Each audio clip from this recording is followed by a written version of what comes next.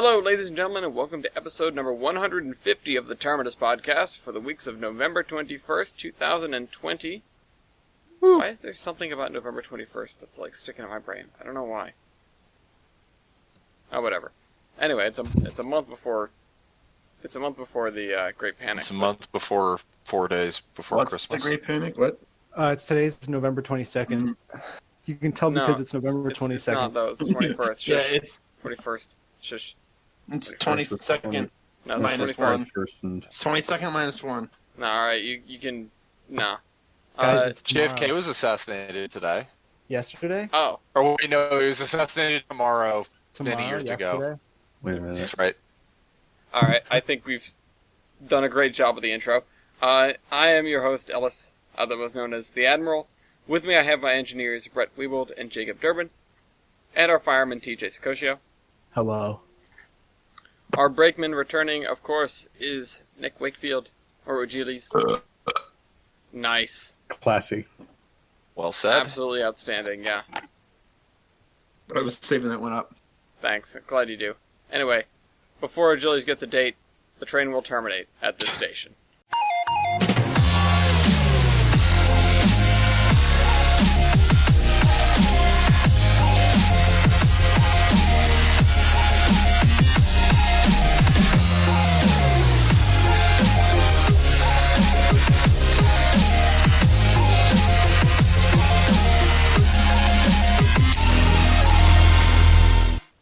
Okay, this week we are in Germany.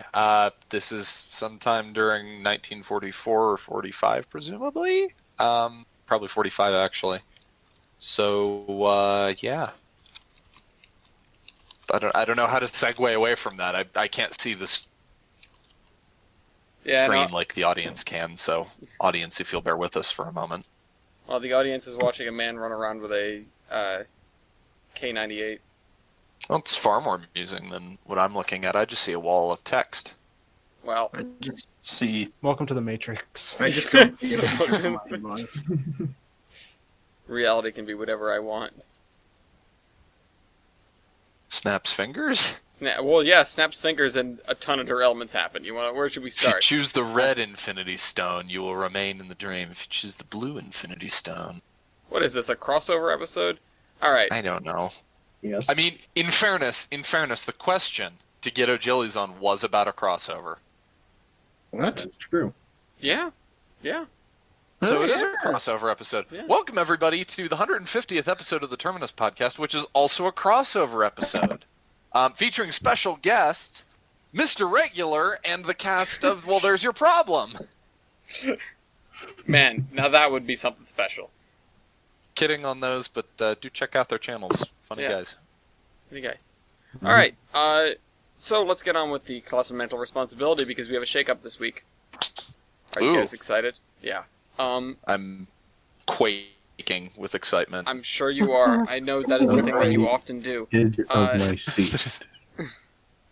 Anyway, starting with Norfolk Southern on October the 26th, NS did not have a good month. It has been a month since the last episode. But, we're here. Cleveland really? Police... It has been, yeah. Cleveland Police investigated a deadly train accident in... Wait a minute, what? Yeah, Cleveland, Ohio. Police and first responder... Blah. My mouth is dry. Police and first responders were called to West 111th Street. A train was blocking the intersection. I guess they hit a car? I don't know, there's really not a lot of details here. They hit something. They hit someone.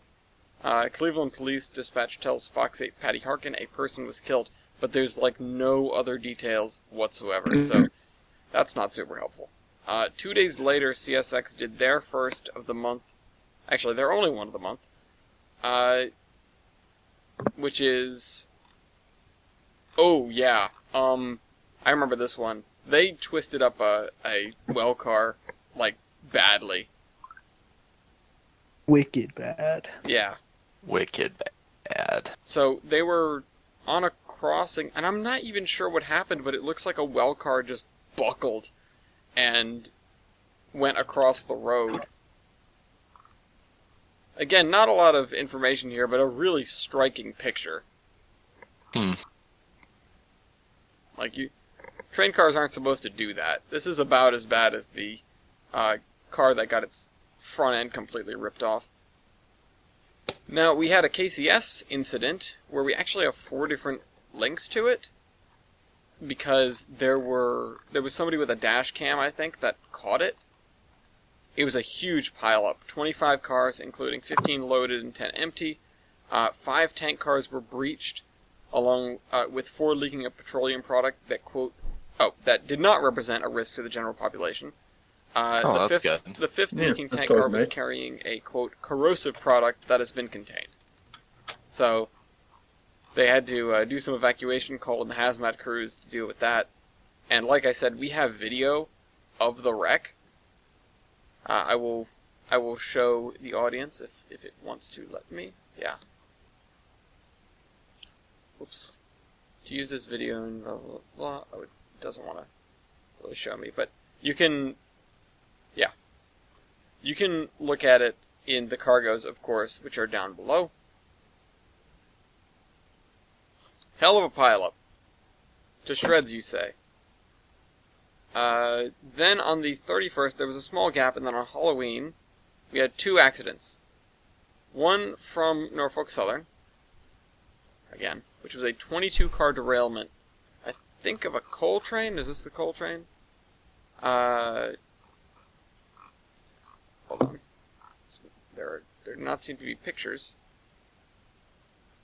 Thought there were pictures. 22-car derailment. Okay, there's a video. I'm going to mute. Oh, cut to the chase. Yeah, it was a coal train. It actually just demolished a bridge. I don't know what happened exactly. This is actually a quite wordy article, but it's mostly about the issue involving 22 cars of coal getting dumped into a river, which is obviously not good for the water quality. Especially because people get drinking water from that river. So that's great. 26 rail cars on their way to Norfolk from Weller carrying coal. The train bridge over Barley Drive collapsed, blocking the only road in and out of this person's home. Oh, that's a bad rough. day. Yeah, they had a bad day. But the other one on the 31st is actually from a reigning champion, BNSF. A person died after being struck by a train in San Bernardino. It happened at 2:09 a.m. Which, not a great time for most things. Where was it? It looks like it was, I don't know, somewhere in San Bernardino. Oh, it looks like it was in their rail yard. It was in the container port. Interesting. So that knocks BNSF off the list. They're not getting the mantle. On November 11th, KCS had another incident where they tipped over a couple of hopper cars. I don't know exactly what happened here. Nothing really significant. Possibly some multi-track drifting. The way it goes. Tips over some cars. They don't get to keep the mantle. And then finally, on November 15th, we had NS. There was a derailment. An engine rolled over. 1 person was hospitalized. 2900 block of Parrott Avenue Northwest near the Riverside neighborhood in Atlanta. They initially called the police saying it was a traffic accident.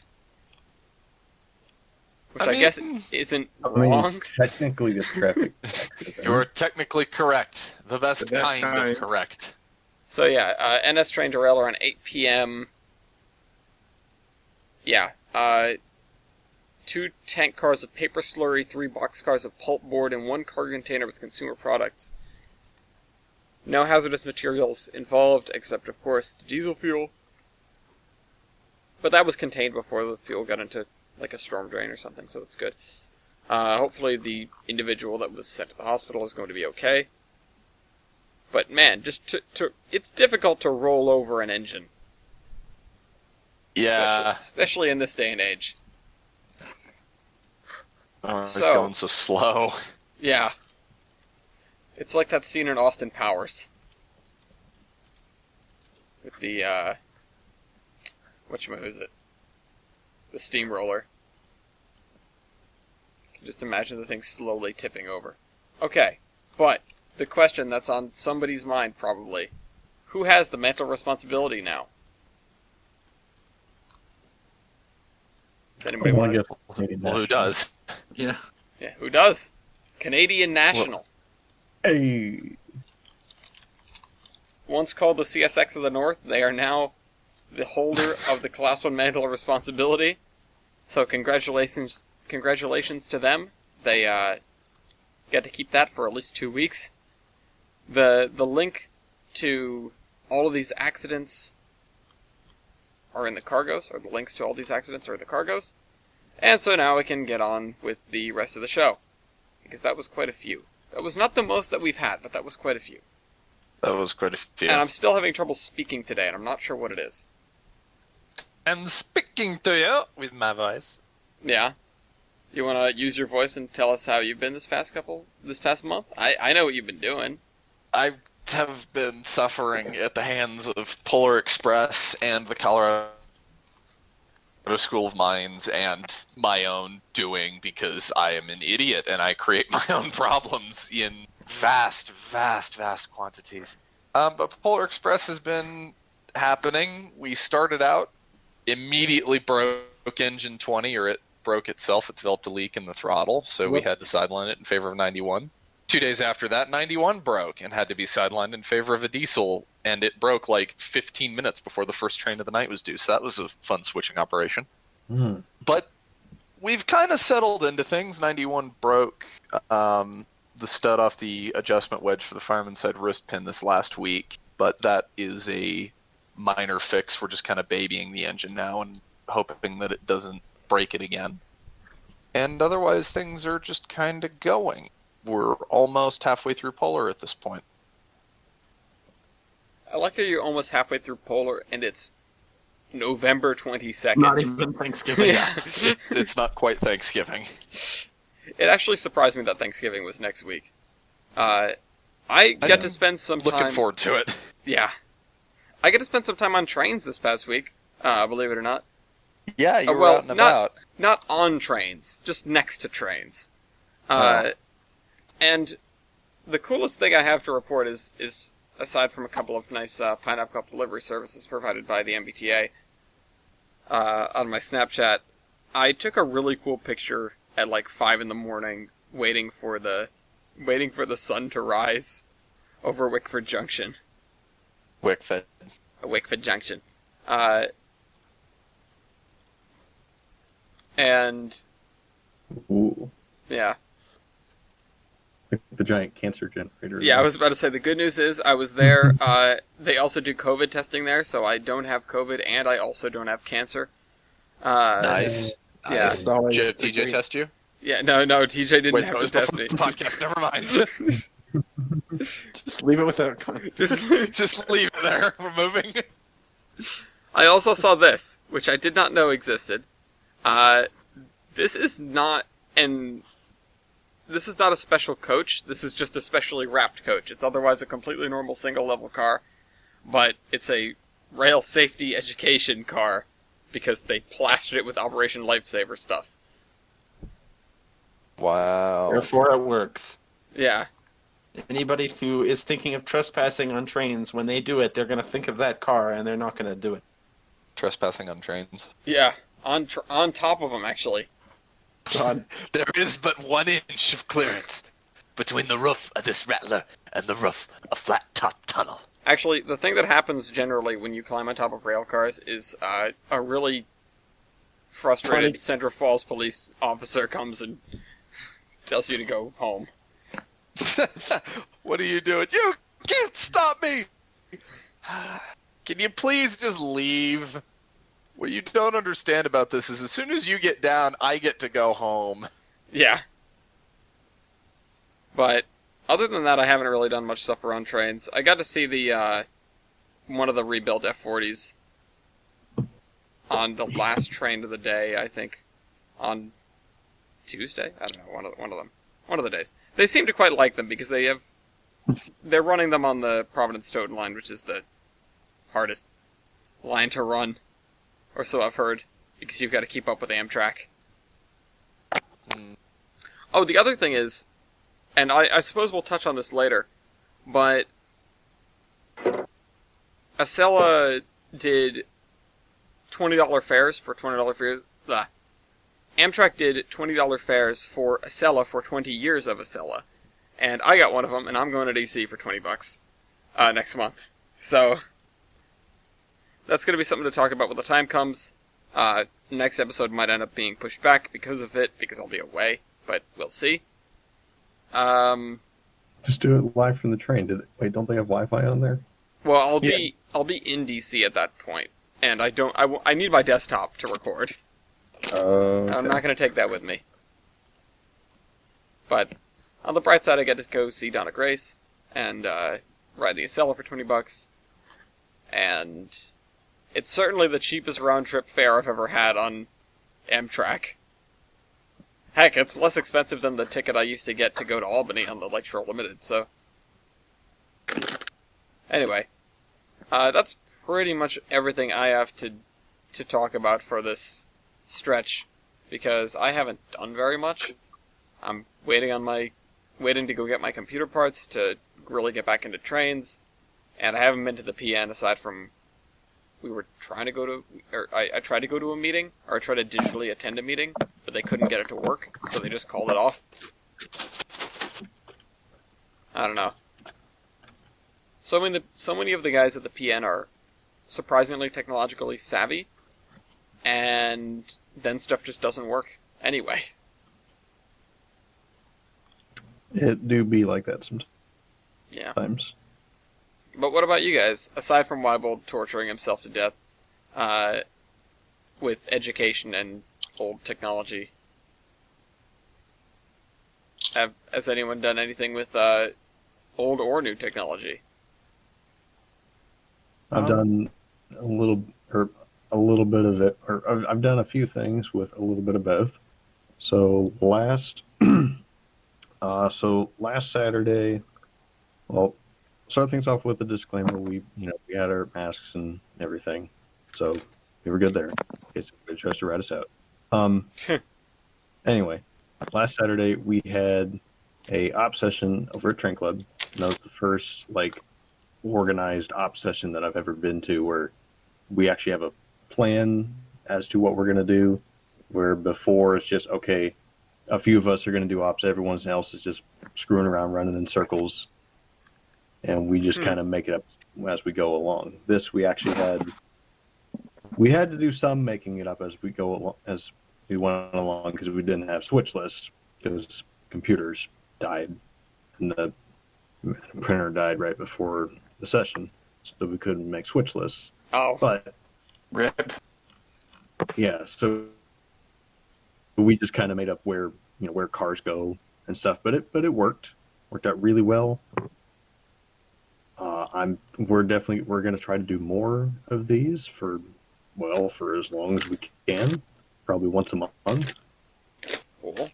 But right now the club's closed for a couple of weeks because Franklin County just put I think it started Friday night. Yeah, Friday night they put out like a late night. It's like a stay-at-home order, but not as... The curfew is the word you're looking for. Thank you. Just stay-at-home advisory. Yeah. They said advisory. That's how you know it's serious. That's what they call it here. It's like a 2-week curfew. Yeah, it's a 2-week curfew, so I don't know if it's actually... I mean, I hope it actually does stuff, but I have no idea. Nobody knows. But yeah, I'm just sharing a couple pictures from it. It went really well. We all ran with the locals ran with 2-man crews. We had a passenger train going just to get in the way of everything. We had Don and I. We were running we called it the district local, and we had to deal with a bad order car from one of the road trains, and that was fun getting that sorted out, and then doing all the switching to get that off the main, and then so we could handle it and then take it back to the yard. That was fun.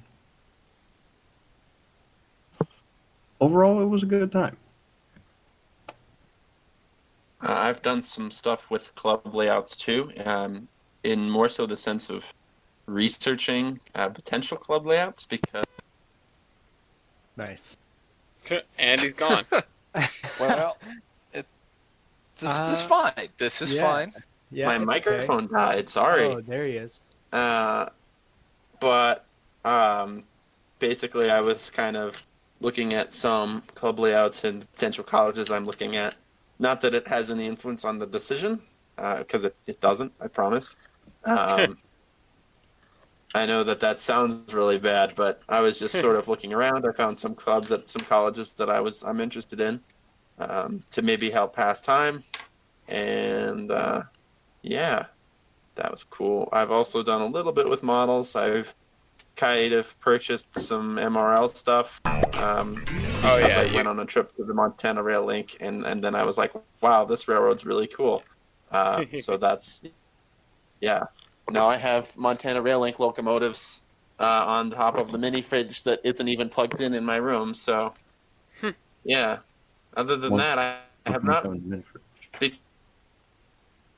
Because I used to have it to store Cheerwine, specifically. Oh my god. Specifically, I want to emphasize that it's specifically Cheerwine. So what you're saying is you need more Oh, Cheerwine. how did my TV get turned on? What the hell? No, he doesn't need more Cheerwine. I do need more Cheerwine, actually. No. But Julius, just give us your address. Yeah, sure. It's live on air. 1234 North. I didn't ask. Utah. 69420. Interesting. Other than that, other than my trip to the Montana Rail Link, which I can put photos in the chat. I guess I have a few. I'll do that. Hold on. I just sent a bunch of Cheerwine to that address. So I hope you were truthful, because otherwise somebody else is gonna get it.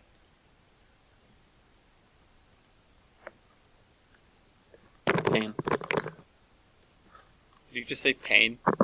Yes. Oh, Jesus.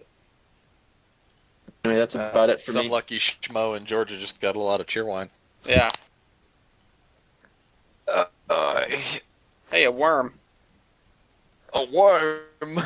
This is almost just like the train that we saw in New York. What? What? The BNSF train. The one train that we saw on the New York day of Operation Apollo was BNSF with BNSF grain cars. I see. Yeah. Which was... frustrating isn't the right word, but just, like, funny. But, like, funny but bad. Especially for Achilles. Is he dead? Where'd he go? I don't know. Killed him with Cheerwine. He's drowning in Cheerwine. Yeah, it's all that Cheerwine you sent him. Yeah, I guess that was his address. Alright, guys. It's this Amazon Prime same shipping. Yeah. Amazon Prime, same hour, actually. They use the drones. Alright, anyway. Well, has anybody else done anything for this past month? I mean, I know we haven't done much as a group, you know? No, I mean, I've been working on MPS, but that's about it. Well, and I would like to share everyone the tidbit about MPS that we got told by the N3V development team. Yeah, well, I mean, have we talked about the blog post yet? Oh, no, I don't think we have. No, but I just wanted to point out that they said the Horseman Mega Route was pushing the limits of MPS. And It's like, we're not even done yet. yeah, and we were just We're like, not even 10% done. yeah, we're just getting started. So I had a short conversation with TBA where he was like, if we're pushing the limits, what does this mean? Should we keep going? And I said, absolutely. And he goes, Yes. I don't want to break everything. And I said, let's absolutely break everything. That's why it's a beta test. Yeah. We That's- break everything. That's why I'm here. But yeah, Way to okay. test the bounds, man. Yeah, exactly. What were you saying, TJ? I know you've been working a lot on Downtown Geiger. From the Yeah, screenshots I've seen, it's been pretty impressive. Yeah, we are. Or I am trying to grow Geiger. I'm trying to make it look as big of a city as I can with the very limited downtown assets we have. Mm-hmm. I've pretty much been exclusively using the JR downtown buildings for Geiger, which is pretty good. I mean, there's like 30 buildings, so there's enough variation that you don't really notice like repeats. But we're just going block by block. It's really tedious and annoying, but it's really worth it in the end. I think when I posted a screenshot a while ago, I said like it's my least favorite part about building in trains, but it's also really cool. Yeah. Yeah, it is. I mean, Let me see if I can find a picture here. It's doing a lot with a little, and I think we have done an outstanding job. But again, you in particular, TJ, just banging out stuff in Geiger. And I know we had the work day probably a couple weeks ago now that got a lot done. Ouch. But I'm glad to see that stuff's still getting worked on in there.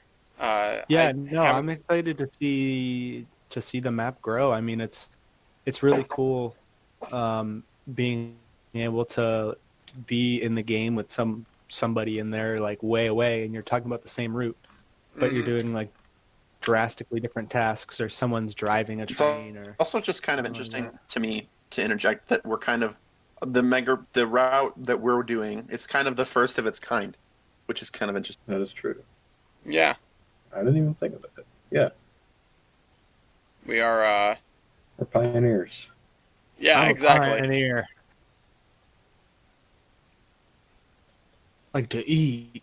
To eat? No, Can you tell I'm but eating seriously, literally right now? It's pretty fantastic. I like the notoriety that we've got, and with that in mind, Notoriety is a good word for it. well, yeah, I didn't say if it was good or bad. I did post one We're picture. those assholes that have managed to break multiplayer Surveyor as a whole. Not once, not twice, but at least thrice that we know of. Oh yeah, we just keep doing it. I mean, we crash Ugh. the server constantly, but yeah, we have brought down the entirety of MPS on multiple occasions. But I don't think they mind. I don't. I mean, it's good stress test. Yeah, it's beta test, but wow, woof.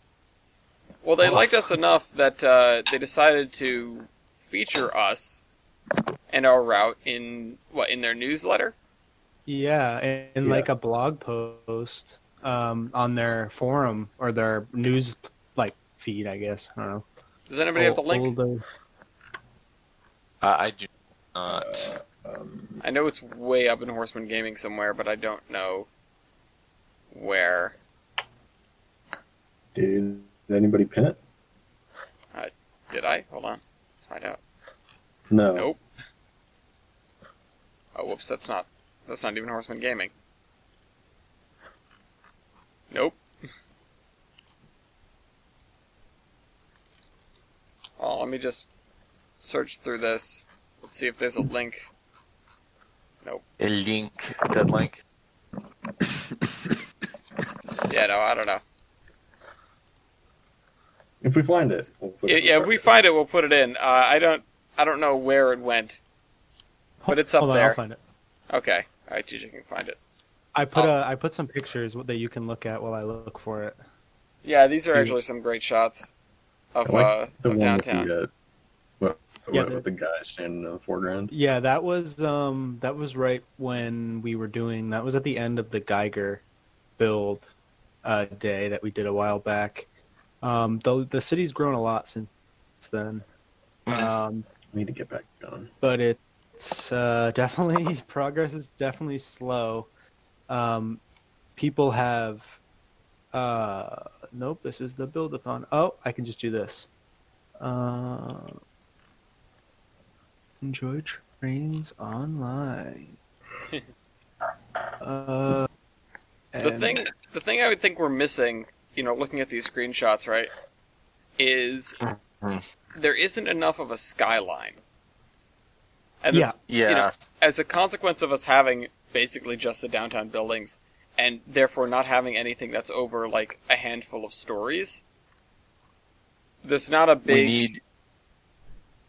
There was a good, I don't necessarily want to say a good asset library, but somebody did a whole bunch of buildings from Chicago a while ago.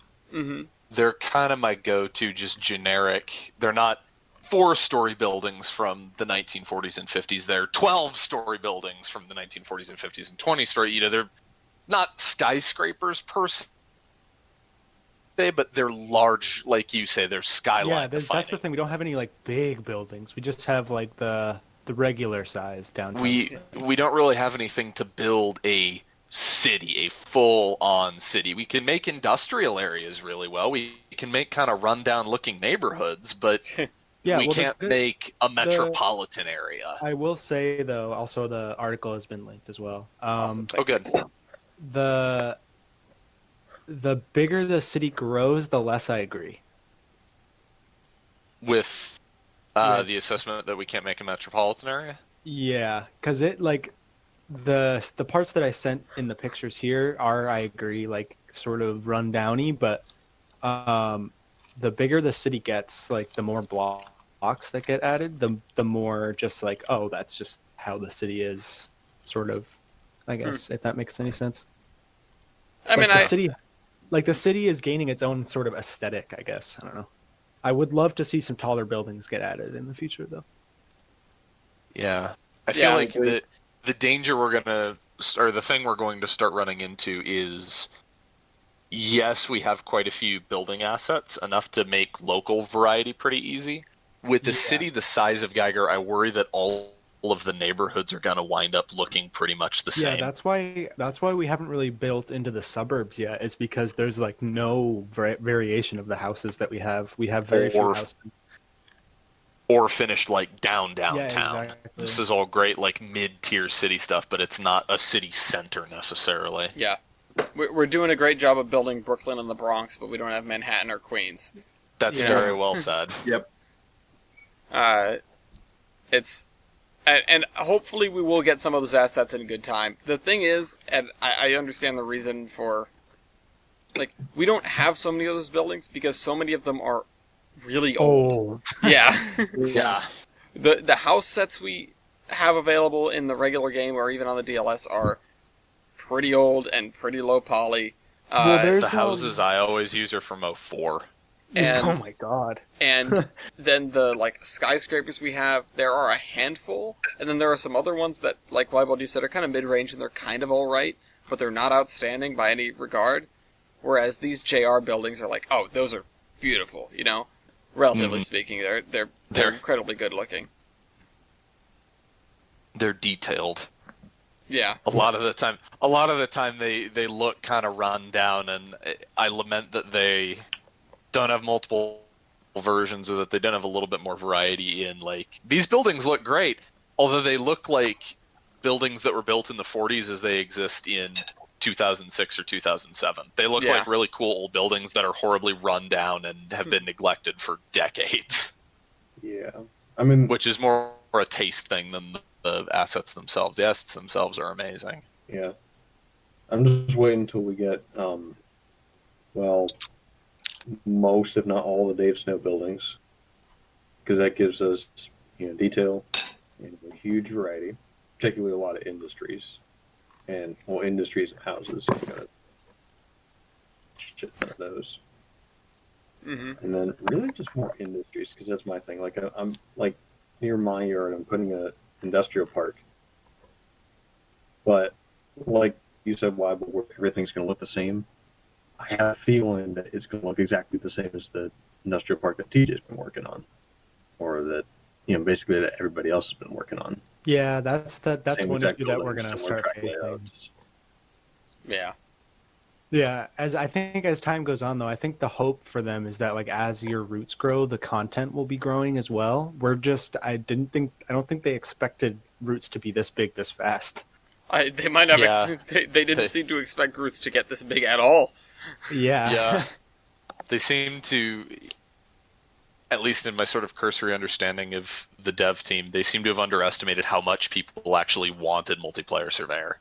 Yeah. They saw it as like, this is a collaborative thing for small little roots. No.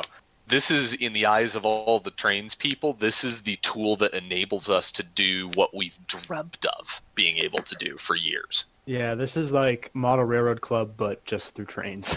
But enormous, and the budget Yeah. is unlimited, and And it's all photorealistic. Yeah. and- Because that's the thing that holds down gigantic roots is time and effort. And when you're a Yeah. single person, it's a lot slower than when you're, many people, when you're a group of dedicated individuals, that you can get stuff done so much Exactly, faster, and you can practically work around the clock if you have enough people. Yeah, You know? that's the coolest part too. Is like when we don't set out like on the formal days for Geiger build sessions or like build sessions of certain areas. Like I was just TBA was just on in the middle of the day. If you see the picture of the SP locomotives going over the bridge, that's TBA's railroad. I helped him work on this part of the route here with the house. That's like my little addition because it's I saw a railroad in like Tennessee that had it like that, and I was like, oh, that's cool. We got to put that on the route. And just stuff like that. Like I had an hour between classes. I hopped on, helped him finish this scene off, and help him like detail a scene, and then I just hopped off, and his work was cut down by like 2 hours. Yep. Yeah, so Yeah.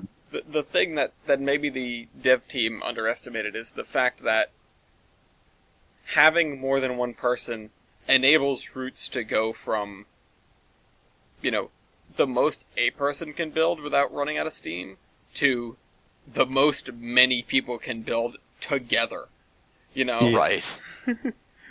And that increase is not linear, I don't think, because everybody sort of feeds off of each other wanting to build. Right.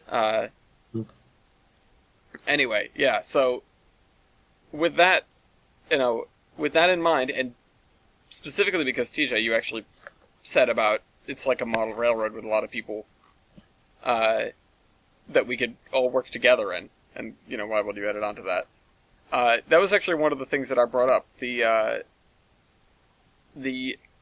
Q&A with the Horseman, or with the Iron Horseman, as it's titled by by Tony Hilliam, I think his name is, one of the N3V guys. It's going to be at the top of the Cargo's. Yeah, it's in the Cargo's document. It's the first link under Cargo's, and it features a Q&A between N3V and ourselves, namely Kavan. Although the responses were adapted from a blurb that Dean initially wrote, and then I edited, gave that to Kavan. He adapted it into these responses, which is, which allowed us to have this back and forth within 3V in the article, and it's fantastic. It mentions they actually linked the series, so there is a link to the Chronicles in there, which, I absolutely am preaching to the choir here, because obviously anybody that knows this podcast knows the Chronicles already, but If you don't look it up. Just don't bother. Yeah, you don't have to. Don't even get involved. Nope. Don't even watch the trailer for a movie or anything. No, Yeah. doesn't. Don't do that. Just stop it. It Nope, just doesn't uh-uh. exist. What are you talking I don't know what N3V is talking about. No, they're talking I about. never Bond had sex with that woman. Dun dun dun dun dun dun dun dun dun. I forgot about that. I have not thought about that in so long. That's what they're talking about. Good stuff, though. Anyway,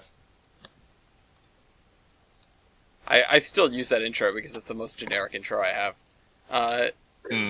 It's on all the Local Royale videos. Which, speaking of which, just to round out this section, we have done 3 episodes of season 2 of Local Royale, 2 featuring 2-Foot, and then 1 featuring Engines of the Southern. Jader, you almost made it to that one. Yeah, it was really, really close. Yeah, what were you gonna bring? Well, I was between either something like from the American Southern Railway or just to see how bad they actually are. I wasn't sure if I was going to do no, I was going to do the stock ones. The British Southern Bully Pacifics, the spam can things. Yeah. I kind of wanted to do those because, I mean, they're cool. And I just kind of wanted to see how bad they were.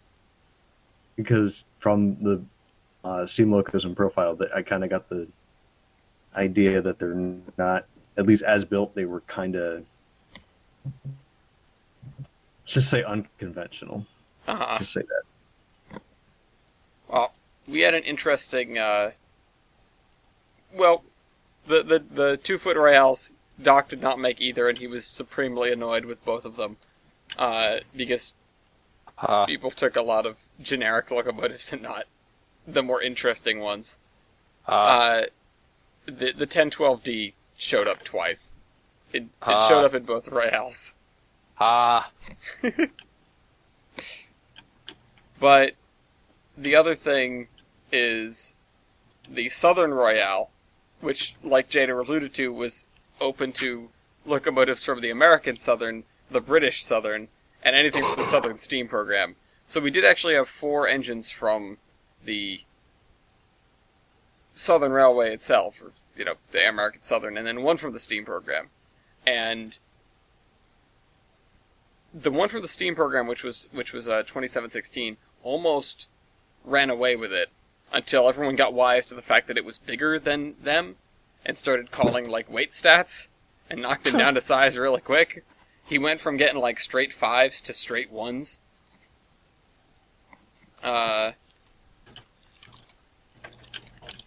No, I didn't want to close that. But anyway. To circle back to it, article's out there, take a read, take a listen, or a listen, I suppose. You can hop into the route, although I'm not sure how to do that. It says in the article that we can do that, which I wrote because I was told that we can do that. Just have people. Yeah, no, come it's in and look at it. it's public now. You can't edit the route or drive a train, but you can look. Okay, yeah. Just see what we're using to break the game. Yeah, you can see how the game's broken and why. Volume. There's not a lot of variety in how we're breaking the game, but there's a lot of volume. And I don't know. For all the bashing we just did, I hope that the Chronicles gets a little bit more viewership because of that as well. No, and for all the bashing we do, it was a lot of work on our part, and it's like, oh, this is finally something's coming to fruition. Mm. We're famous. Infamous, more Yeah. like. Hey, one of the two. Porque no las Fame, dos. infamy. Yeah. This is a fine line, and a relatively obscure one indeed. No, I don't think it's fine at all. I think it's real fuzzy. I think we're straddling it. Yeah. We've Ooh, got, excuse me, probably. yeah. Probably. All right. Anyway, all right. Rob. Enough Like. of the running in circles about whether we hate our creations or not. It's Gonna talk about my creation. absolutely. My creation! Well, let's see. Okay, so for the past, I'd say, the past month, 3 weeks, month or so, I've been thinking, well, I'm home. There are some things about my layout that I don't like. And, it almost seems like this might be the best time to try and deal with some of that. And my solution right now is to basically tear out I want to say maybe a quarter or so of it, and then rebuild it, and then make some cuts here and there, move some stuff around, and basically get a new layout out of the whole deal without spending A dime. a giant sum of money on all new track, all new Cool. everything. I'm just going to try to use as much as I can. But been spending a lot of time, probably too much time, in Scarm, trying to draw out track plans, and just today, actually, a couple hours ago, I finally settled on one that I'm happy with.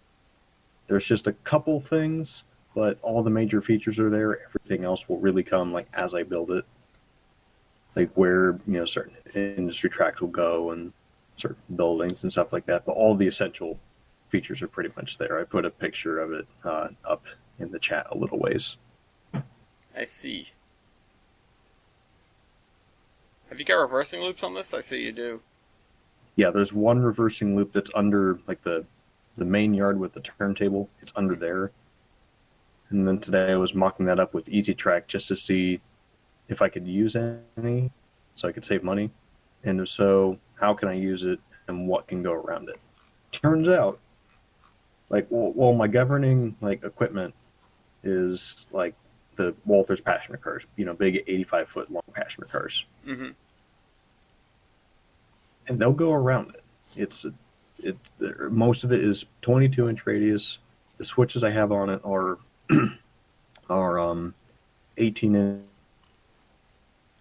radius, and then a little a little 10-degree section of an 18-inch curve, and then the rest of it's 22 inches, and they'll go around it. But what's funny is that on the box, and basically through all my experience with those type of cars, they won't go around anything that's less than 24-inch radius. But I brought them around to 22, and they still work. So that's good. But I'm trying to lay everything on the layout with, or at least on like the main lines with nothing less than 22, because that's one of my problems I have with my current one. When I designed it, I didn't really understand what wide curves were. I just went with 22-inch curves and called it good. And there's still some areas that are 18 or less. And I designed it all before I started, before it really started working, and I was able to afford, be able to afford stuff really. So I didn't really have any passenger cars, didn't really have any big stuff. And now I have all this big stuff, and I want to be able to use at least some of it here. And with this plan, I think I've managed to do that. Well, I'm glad you found something you're happy with. I know you were doing the calculations for the track, going like, oh no.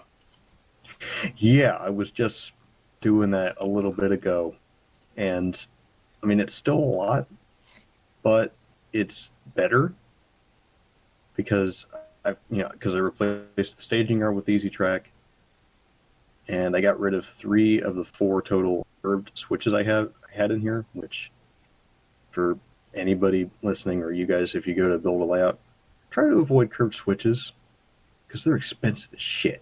Curve switches are very expensive. Yeah, I had to buy a curve switch. It was very Curve expensive. switch. The fact that you remember buying a switch says it all. Yeah, because I couldn't afford buying 2 switches because I bought the curve switch. This is where I put my curved switch if I had one. It really ties the corner together though, so it's okay. Yeah. How can it have corners if it's curved, TJ? America, explain! I am confusion. I am confusion!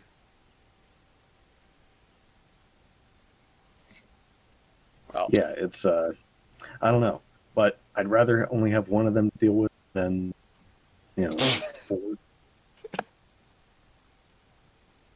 So now that I'm pretty much happy with this track plan that remains, and hopefully I'll actually have some concrete progress on the next episode.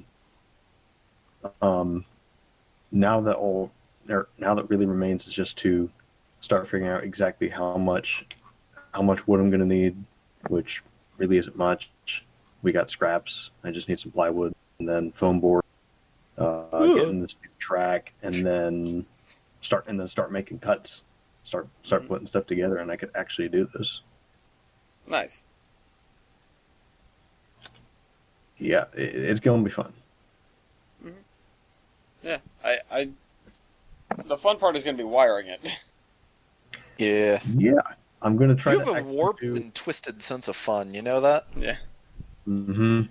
I'm going to try to actually do somewhat proper wiring. You've got this Because Y on here. my current layout, feeder wires were a complete afterthought. Hmm. You've got this Y here and this reverse loop, so have fun. Yeah, those aren't hard though. You just get a little, like a little polarity switcher connected to the track, and it just automatically changes it. That's handy. I remember when, Yeah. When I was a small child with easy track, and like, oh, you can't do reverse loops. It just doesn't work. Yeah. It's like, Yeah, this is an It's insurmountable just the fact that obstacle. You have to buy this. This, You have to buy stupid shit to make it work. Yeah. I mean, read just a couple toggle switches, but Yeah. that's yeah, too much but work. I feel I like it being on. All right. Anyway, Because knowing me, I'd forget. And And why the hell is this shorting? And Yeah. I'd, like fry a coder or something, and then click. Meh. everything's toast. Always has been. Always had. Anyway, speaking of toast, Toast. That's a Isn't throwback. it? Time for It is time for Toast-a-motive someone to get. toasted. I'm gonna get some water. I'll be right Okay. back. I think Weibel needs some water.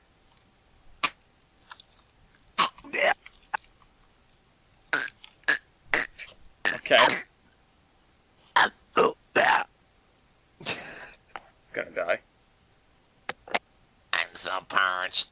This thing is. that was a little bit like Yes, what do you want me to get, mister? Yes. So, No? yeah. Hold on. I need to grab a picture. How's Locomotive Versus going? you've yet to start. Well, it's gonna be in one How long corner. have I been gone? Not long. Okay. There's mine. Oh, let me In get a one picture. corner, we have a battle of Yellowstones here. Not the same engine, just for clarification. In one corner, we have the Northern Pacific Yellowstone. These are 2884s.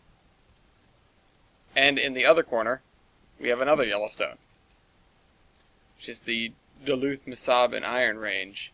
Or Mesabi. Is it Mesab or Is it Mesabi? I was about Wasabi. to ask that. Mesabi. Wasabi? Like the sauce? Yeah. Wait a minute. Did I just grab one that isn't a... Wait, the sauce? Yeah. Yeah, like wasabi. Oh. Wasabi. Mesabi? Wasabi? It can't be that bad. That's the third joke of mine that's needed explaining this evening. I can't be that bad. I didn't hear you say wasabi. I thought you just said I said wasabi. wasabi, but it's a pun. Okay, I was just like, there's a wasabi sauce? No, Yeah. I'm just not, I'm It's a- not, my brain is Wasabi not sauce, working it's today. probably just cheese. It's just beer cheese because that region of the cheese. It's just cheese. Just I want some cheese. beer cheese. That's all it is. It's all cheese. Always has been. Always has been, don't you know? Oh, sure. Oh man, I think I already have something good to start off with if we're doing this. Alright, so I'll be representing the Northern Pacific Z5, and Jader will be representing the M3/M4. Isn't that right? That's correct. Don't you know? Okay. So, people that aren't him and I, who do you think should go first?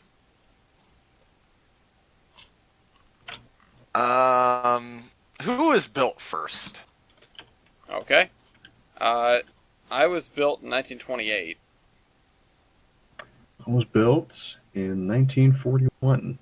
Uh-oh. I'm All in right. danger. Then Jader gets the point, but Ellis goes first. I'm in danger.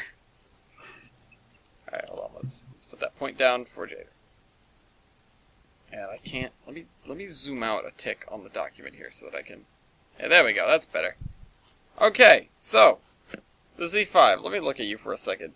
I feel like I should have reasons to be alarmed, other than the fact that you're much newer than I am.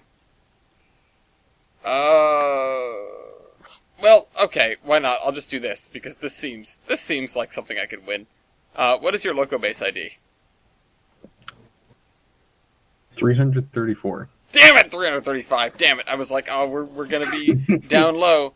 We're both gonna be down here. Okay, well, whatever. That was my attempt. I should have attempted something else. Attempt was made.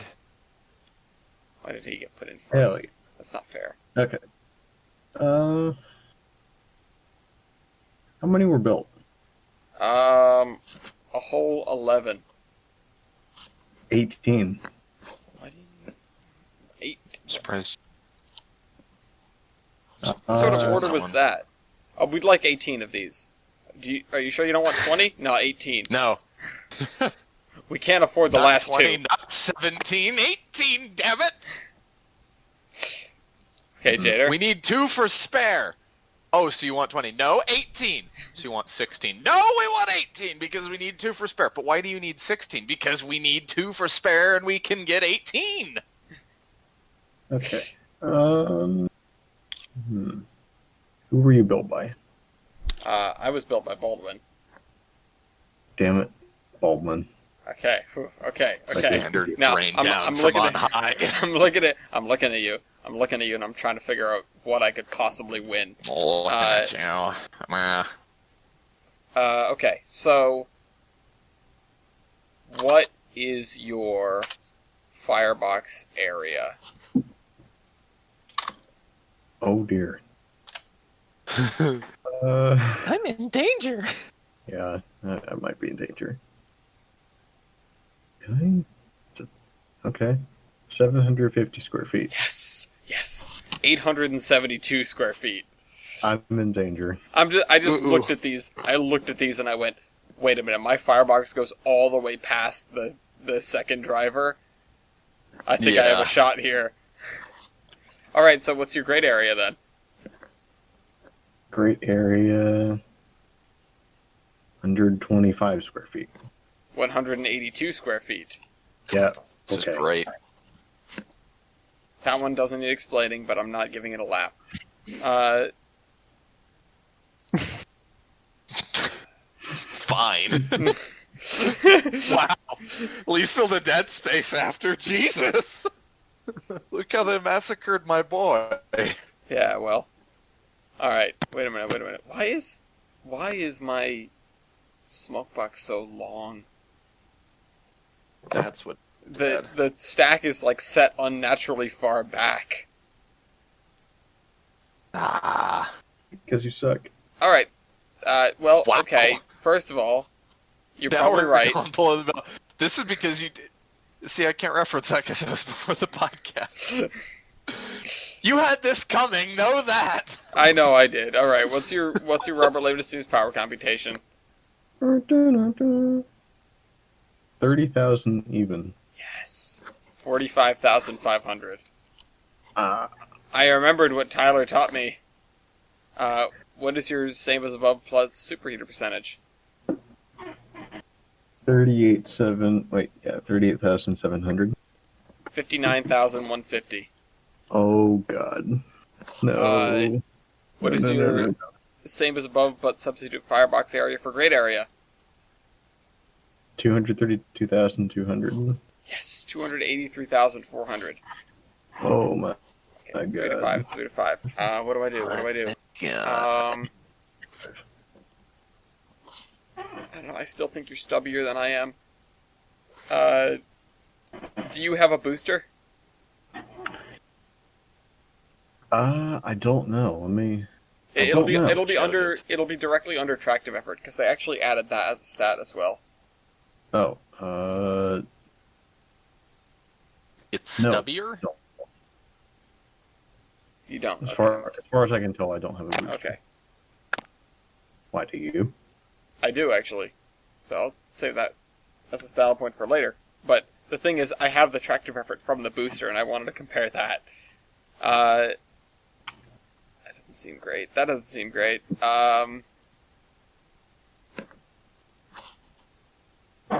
What is your...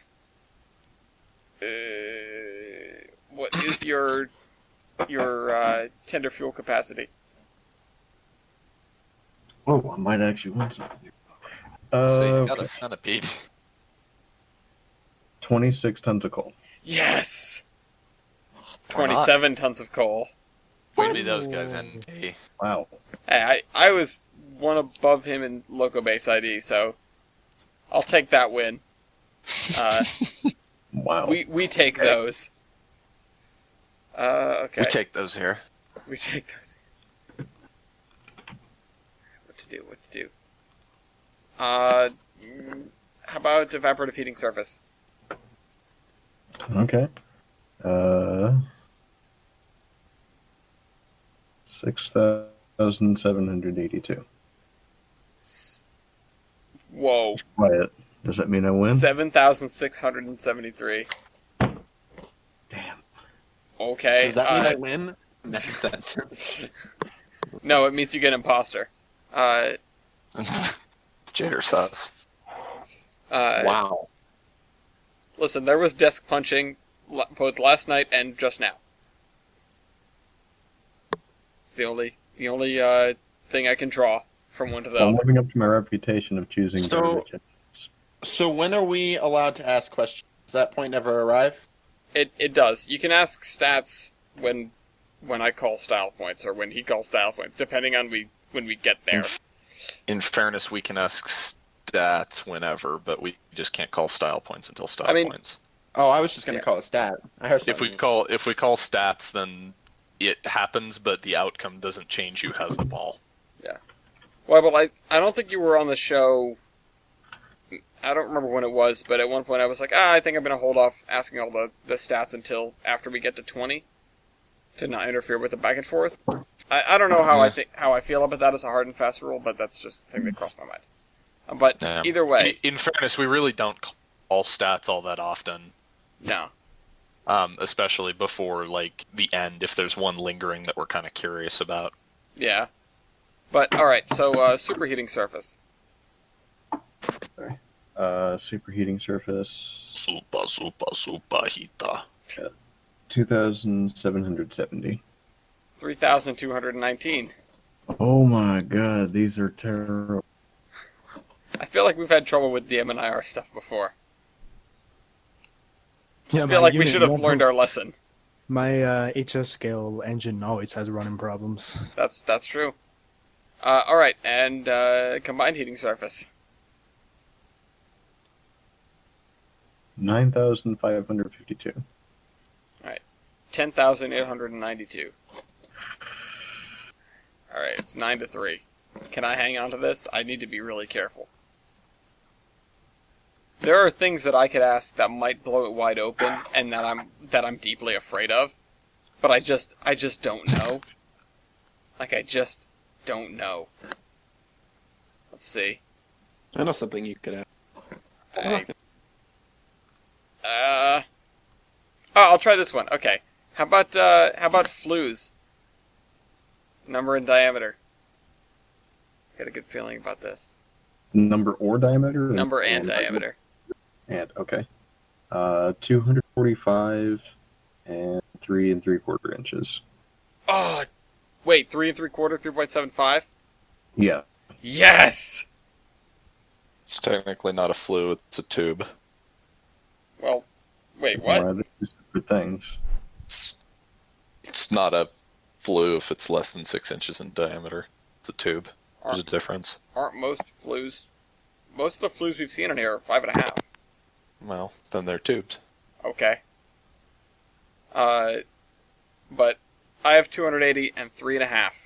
I thought you said 3 1/4, and I was like, no, you stuck in right under me. But 3.5. I'll take 3.5. Okay. And because I think I'm a very long boy. What is your fluent tube length? Sounds like a personal question. Tube length. 21 feet. Yes, 22 feet.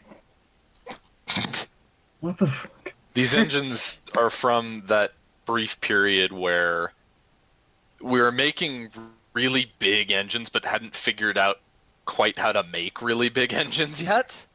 And so they're just really large. Yeah, that's why I'm avoiding certain things. Yeah. But man, are these hefty chunks. You know what? It's the locomotive. Okay, I might end up throwing away my shot here, but I have to ask a question because of what Weibold just said. What is your factor of adhesion?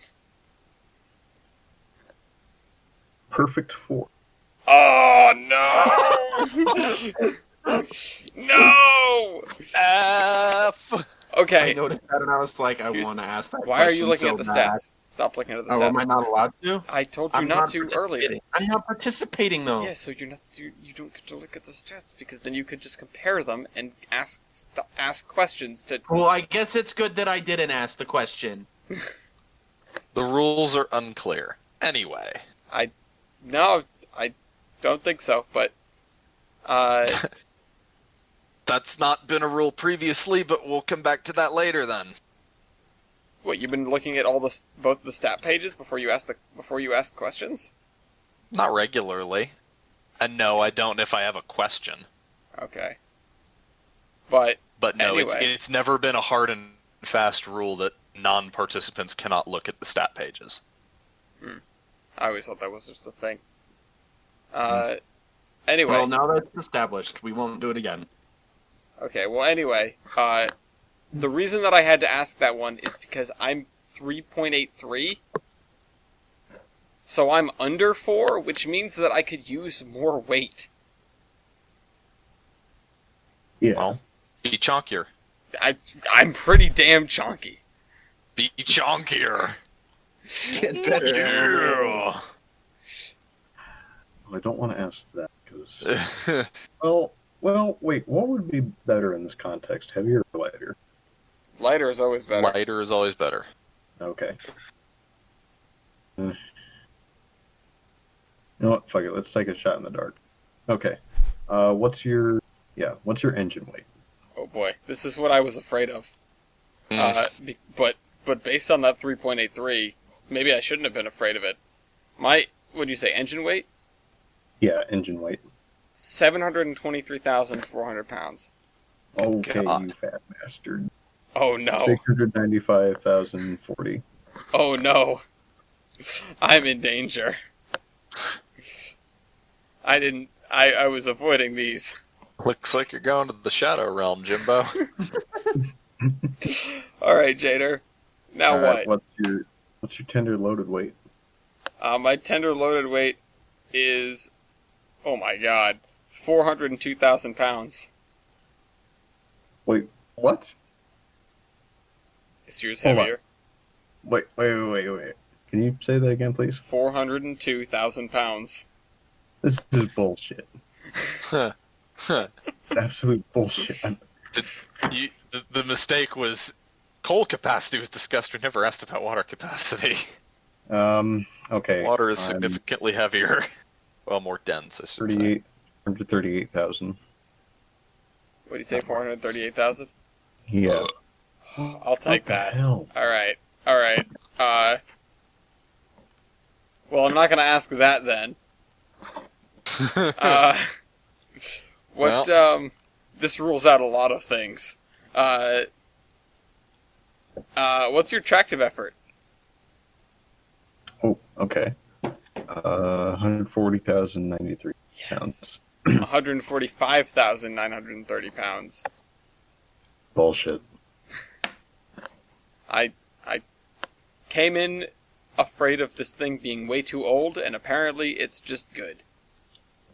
It's an oldie just but a big. goodie. Yeah, it's Big. just Doesn't mean really it's good. big. Alright, I'm not going to do either of those two things. I'm not going to do that. That's too much of a gamble. That's too much of a gamble.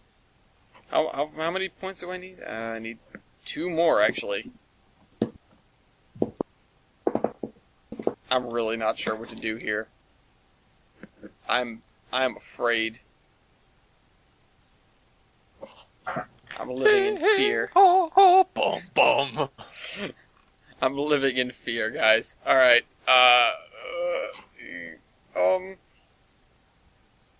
the only things I can do are risky. Alright, whatever. Well- Tubes. Tubes, okay. 82 at 2.25 inches. Yes! 92 at 2.25. What? Yes. They packed him in. They really packed him in. I'm a thick son of a gun. Pack it in soft, let it harden up, and listen to the bones shatter. Alright, thanks. And I still don't know what to do now. God. Wait a minute, that doesn't make sense. What? I think this stat is broken and it might give me the win. What is okay. what is your What? ratio of driving wheelbase to overall engine wheelbase?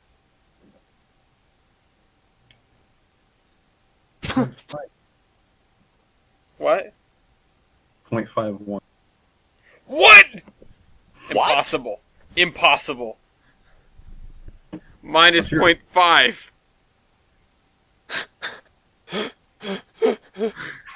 Both of these don't make sense. I mean, Also, if that's like brokenly low, if that was brokenly low, that wouldn't guarantee you the win. That would guarantee you the loss. No, I thought, okay, so hold on. You want to be closer to 1. I know, but follow my logic here. I thought it Okay. was brokenly high, because when it comes to malaise, it's usually just one engine set. You know, just one wheel set. Okay. And so Gotcha, I thought gotcha. 0.5, I have 0.5. That can't be. That's not right, because I have 2 wheel sets. It would be the entire length of the locomotive. It would be an 0880. You know? Gotcha. Okay, And so I went- see. Mine must be messed up. I bet his is fine. It'll be like 0.3. The and crucial thing I was missing there is that it's usually only one wheel set. That's Yeah. right. Yeah. And no, they're both just wrong. And he wins anyway. And Damn it, his is Jada. wronger. His is more wronger. The drivers are 102% of his wheelbase. Yes. All right, Jader. Well, we have 20 points. If you want to go to style points, you're down 6-14, or you can just, continue Concede. pressing on me. I don't know. Let's see.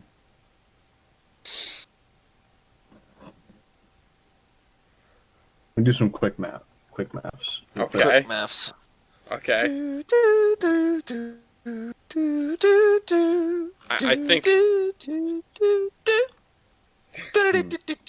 I think there's a couple. Okay, if I'm right, if my math is right, I might win this one. Okay. Okay. What's your total engine tender weight? 1,125,400 pounds.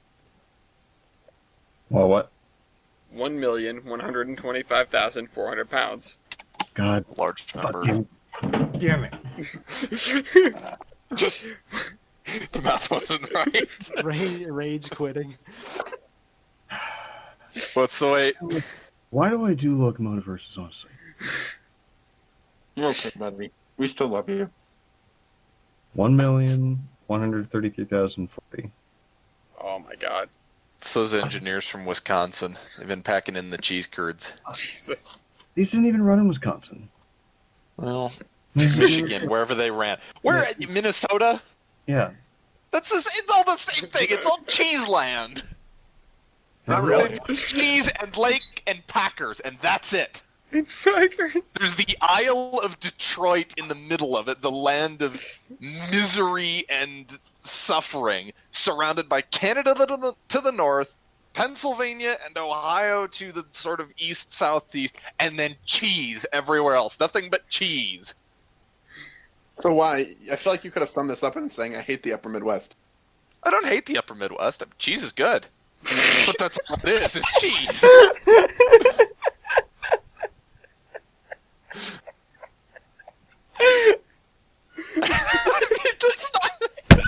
It's not inaccurate. It's cheese. It's all cheese. It always has been cheese. Just on the end of the geographic rant. No, I like the Upper Midwest. Cheese is great. It is great. I'm You don't like cheese? I do like cheese. People like cheese. Can we just start on this episode? People like cheese.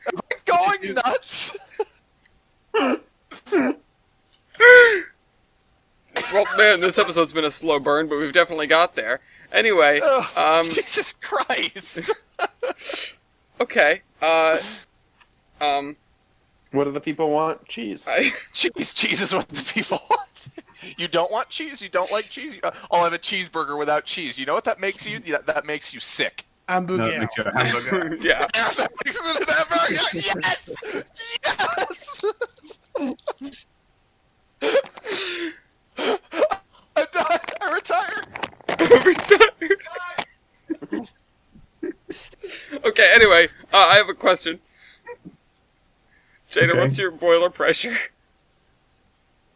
It seems astonishing. 240. Why is it so low? I was afraid of this. Mine is For you. 250. Why is yours lower than mine? What is this? Why does the DMNIR do this? Why does it specifically do it to you?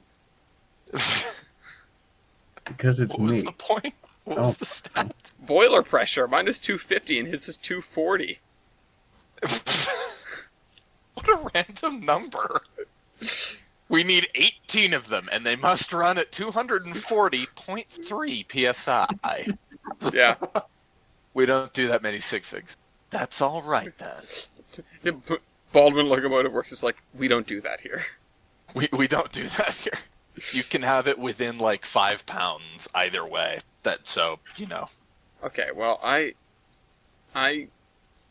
have other questions, but I'm not sure if I want to ask them. You're feeling particularly merciful. No, alright, no, alright. I'm gonna lose this one, but I just want to know. What is your tender water capacity? Should I stay or should I go? 25,000. Alright, there's the extra weight. 21,200 gallons. Alright, Jada, you can have a Yeah. point. You can do whatever you want with this now. Ellis is cocky. You should capitalize. No, I'm saying, score some points on me, like, seriously. I don't know what I could win. You keep getting betrayed. Hey, can I tell you something? Sure. You did number Bill, you didn't do number in class. I'm gonna say how many are in the class. That doesn't count. It's the same fucking You thing. can still get another point for It's a it. different stat. Fine, yeah, number of class. Okay, yay, 11. 11. Alright. 11. It's now 8 to 16. 11. 11. You said from the same part of England as Dick Van Dyke. No, that.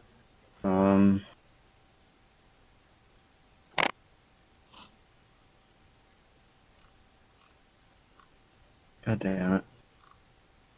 If you just want to go to style points, we can. No. What's your overall wheelbase? Ooh, I was waiting to get to this one. I probably lose. My overall wheelbase is 110.08 feet. Oh my fucking god. Wait, what?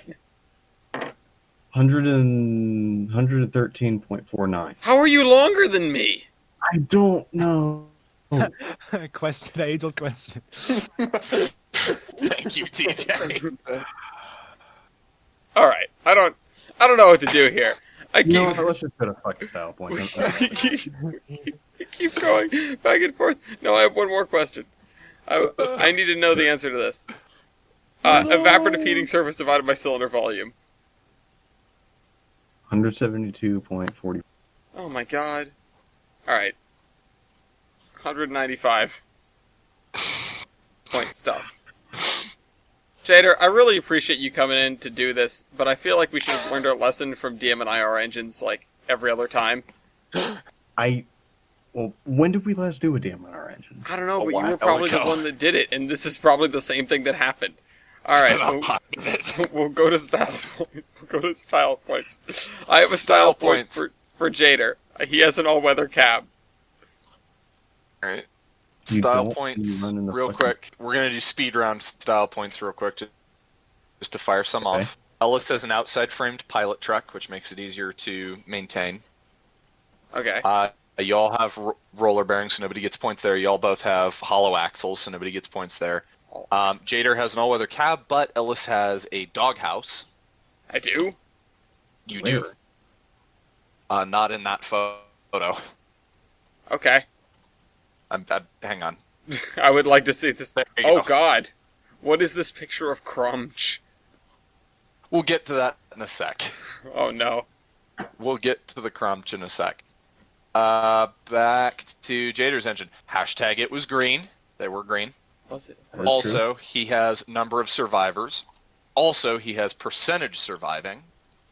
Really? Also, safety. Well, yeah, because none of yours survive. Oh, okay, true. yeah, that's fair. There's That's 3 fair. of these. I was gonna say, damn, he had more. He had like almost twice as many as me. And he still got percentage. But I guess that's a moot point when none of mine survive You at all. have none left. Well, and even then, he has what? You have 3 or 4, Jader? 3. 3. That's for big engines. That's a pretty good number. There's Yeah. 3 of those around? Really? Yeah. There's one in Duluth. There's one in Two Harbors, and then there's one in Pride. One of the other style points, safety stripes. They have safety stripes on the front of them. Yep. There's the Proctor David. The one of the survivors, the one in the museum in Duluth, is actually on rollers, so the valve gear can move while it sits in place. So technically, it could moonwalk.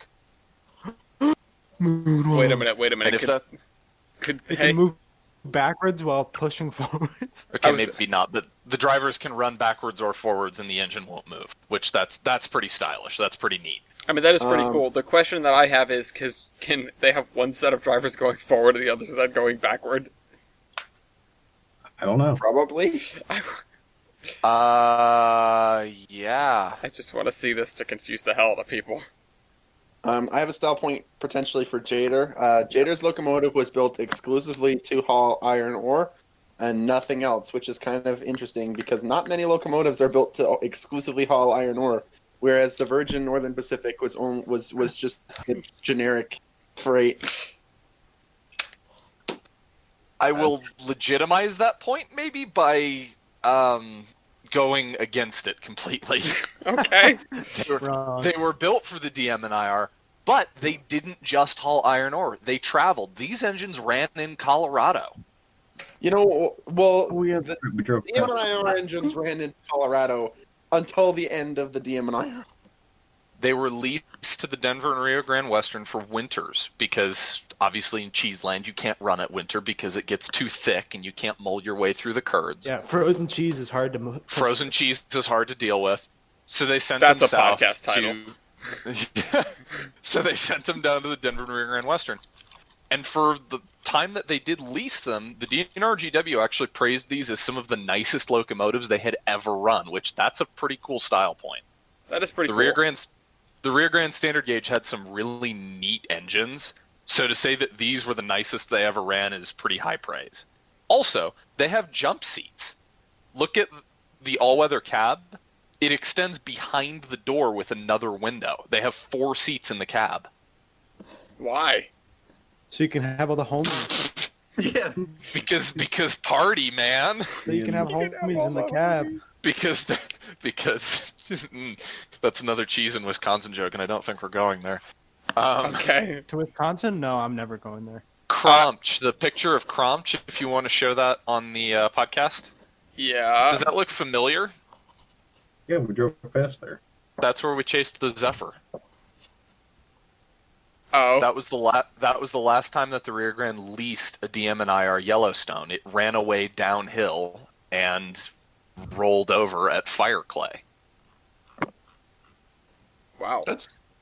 And the That's the crane that's now at the Granby Museum, I believe, picking the one that wrecked up off of the hillside. Damn. Well, So it looks really wrecked. It looks crispy, I gotta say. I think it rolled completely over. Yeah. I think it flopped and wound up. Oh gosh, how does it?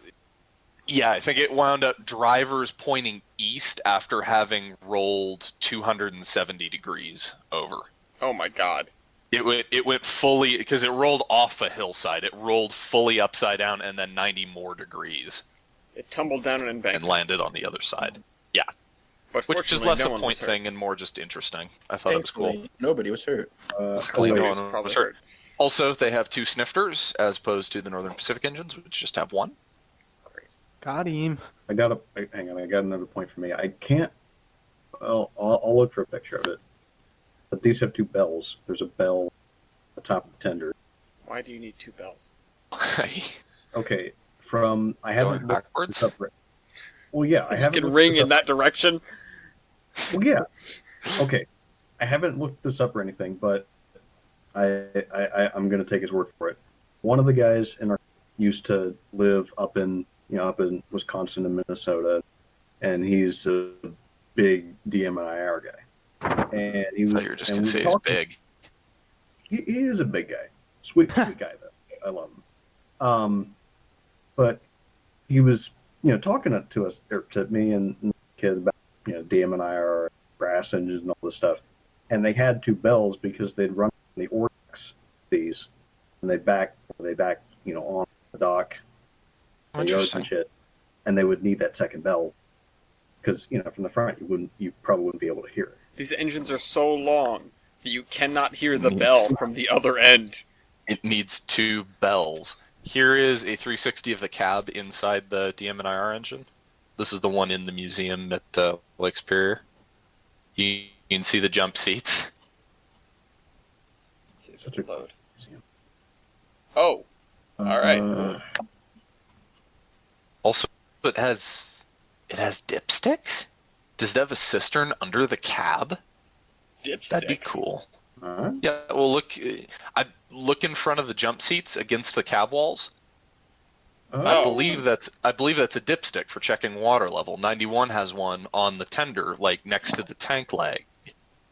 Having one on the locomotive I've not seen before. It makes me wonder if you had smaller reservoirs for holding water under the locomotive to run the injectors off of, it wouldn't have a super big impact on your water supply, but it would cut down on the sloshing effect. So if you're running on mountains, the guns would actually work a little bit better. Interesting. I'm not sure we can confirm that, but that's what the dipsticks being in the cab say to me. What we can confirm is if you zoom in on the starting valves, which is all of the valves like front and center up above. Go up above. Yep. And that, look at those labels and then look over to your right. These were radio equipped. Oh, Really? Yep. That's a Curious. surprise. Radio equipped, and they also had speedometers, which is strange. so are we giving a point for both of those things? Yes. Yes. I don't know that I'd be confident that the NP things didn't have speedometers. I'm pretty sure they wouldn't have had radios, though. That's a very strange thing for a steam engine. Especially, Especially There as are Yes. retirement date. Do you There you go. Let's find out. see? Um, Damn. I can't. no. I think the Z5s were used right up till the end of Steam. I don't. The Yellowstones ran until... Like 1950. Okay, let's see. All the DMI since retired between 1958 and 1963. I don't think I can beat Assuming the 63. one. 63 that's a tall order to beat Yeah. for Western Steam on the main line. I don't think you have 63. Yeah. The thing that I wanted to bring up, I don't know if this is a point or not, but I was the one that gave the name to the class. That is true. These are the that's original neat. Yellowstones. It's neat. Is it worth a point though? I'd say so. That's Okay. cool. You're probably the first Yellowstone then. Yeah. Yeah, that's cool. Other one, do we want to give the DM and IR engine a point for the logo that isn't just lettering on the tender, but it's a massive wingspan thing that takes up the entire side of the tender? Yeah, I was gonna say they definitely get a point because that's really cool looking. That's pretty stylish.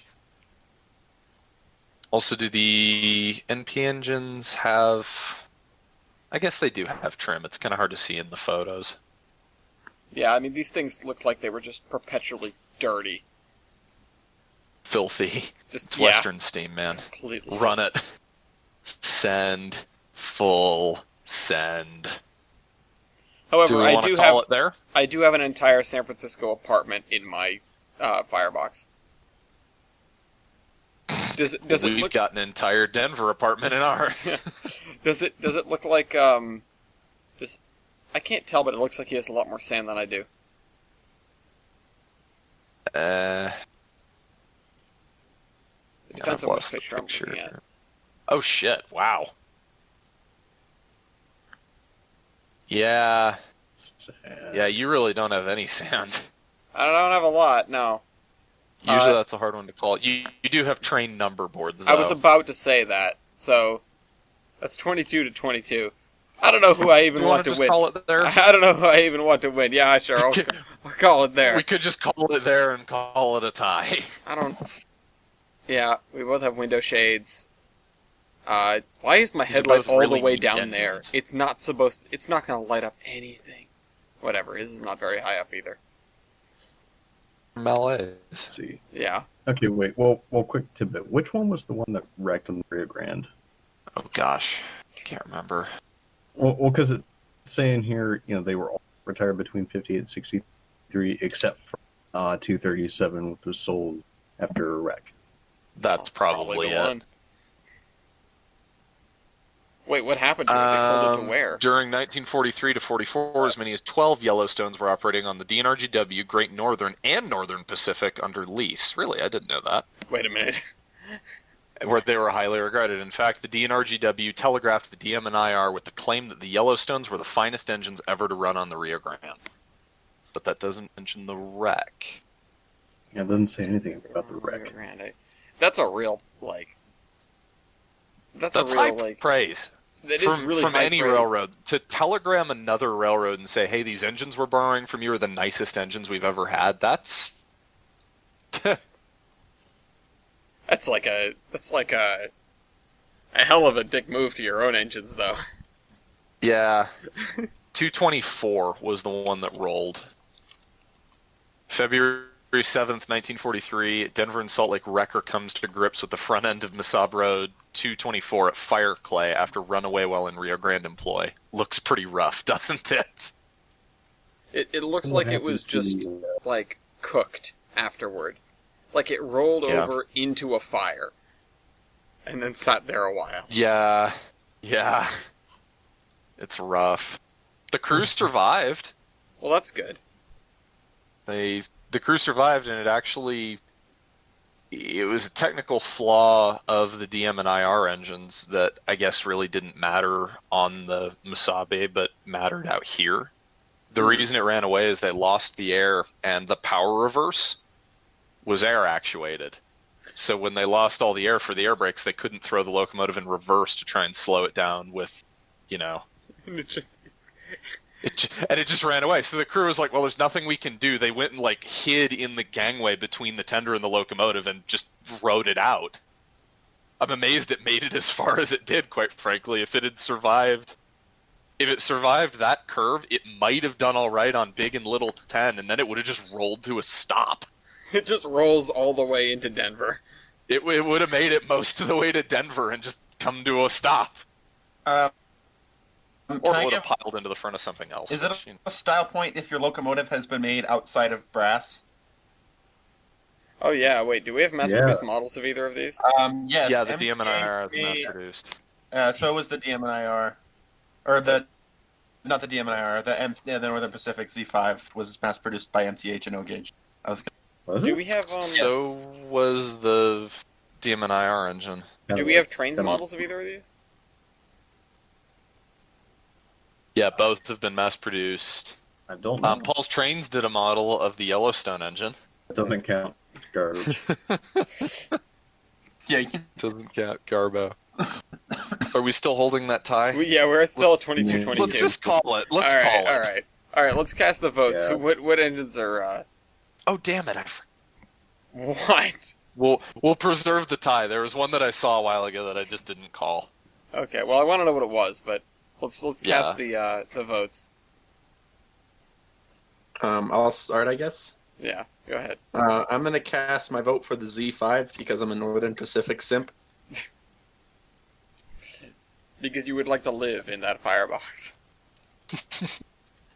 I'm gonna vote for the DMNIR things because apparently they are the finest engines to ever run out here. Honorary Grand engines. Honorary Grand. Hey, this means you have some more Grand Standard Gauge surviving. Kind of, yeah. I wonder if the 227 ever made it down. Take what you can get. All right. And TJ. I vote for the Yellowstone. Thank you. Good. No, I vote for the DMNIR one. Boo. I think the DMNIR is worthy. And the reason I said that is because despite it not being as good on paper of an engine, in addition to the fact that the Grand apparently loved it, the modern fixins that it got definitely bring it up to par. You know, this is a tie that maybe shouldn't have been a tie. And I think the M3, M4 is definitely worth it. Put it this way, it's probably, well, it is an inferior engine on paper, but if I was an engineer or fireman that had the choice between these two to take a train with, I would choose the DMNIR engine every single time. Yeah. Then that makes sense to me. Also, the proportions on it are a lot nicer. They're good-looking engines. Yeah, honestly. Okay, anyway. Alright. The one I forgot was the smoke box is jacketed on the DMNIR engines. Well, my smoke box is the length of more than one smoke box, so... The locomotive. it's big. It's really It's long. big. It is a large locomotive. Both of these are large. No, I'm saying my smoke box is outrageously long. Well, that too. Alright, anyway. Dude, else outrageously long. What? Not you. Return of the Ouch. King. A class you don't want to be in. Okay. You thought I was gonna make a We dick all joke. went by. No, I Yeah, thought you more- were going to make a segue to some news, my dude. I was like, oh. Which, Um, speaking of the news, You know what let's else? do that. You know what else is long? The future Uinta Basin Railway. There we go. So, I thought you were going to do it again.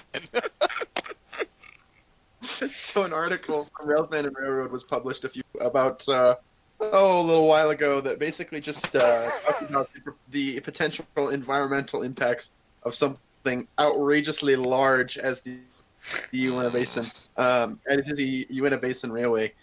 So basically, they just said that constructing this railway would have major environmental impacts, which surprises absolutely no one.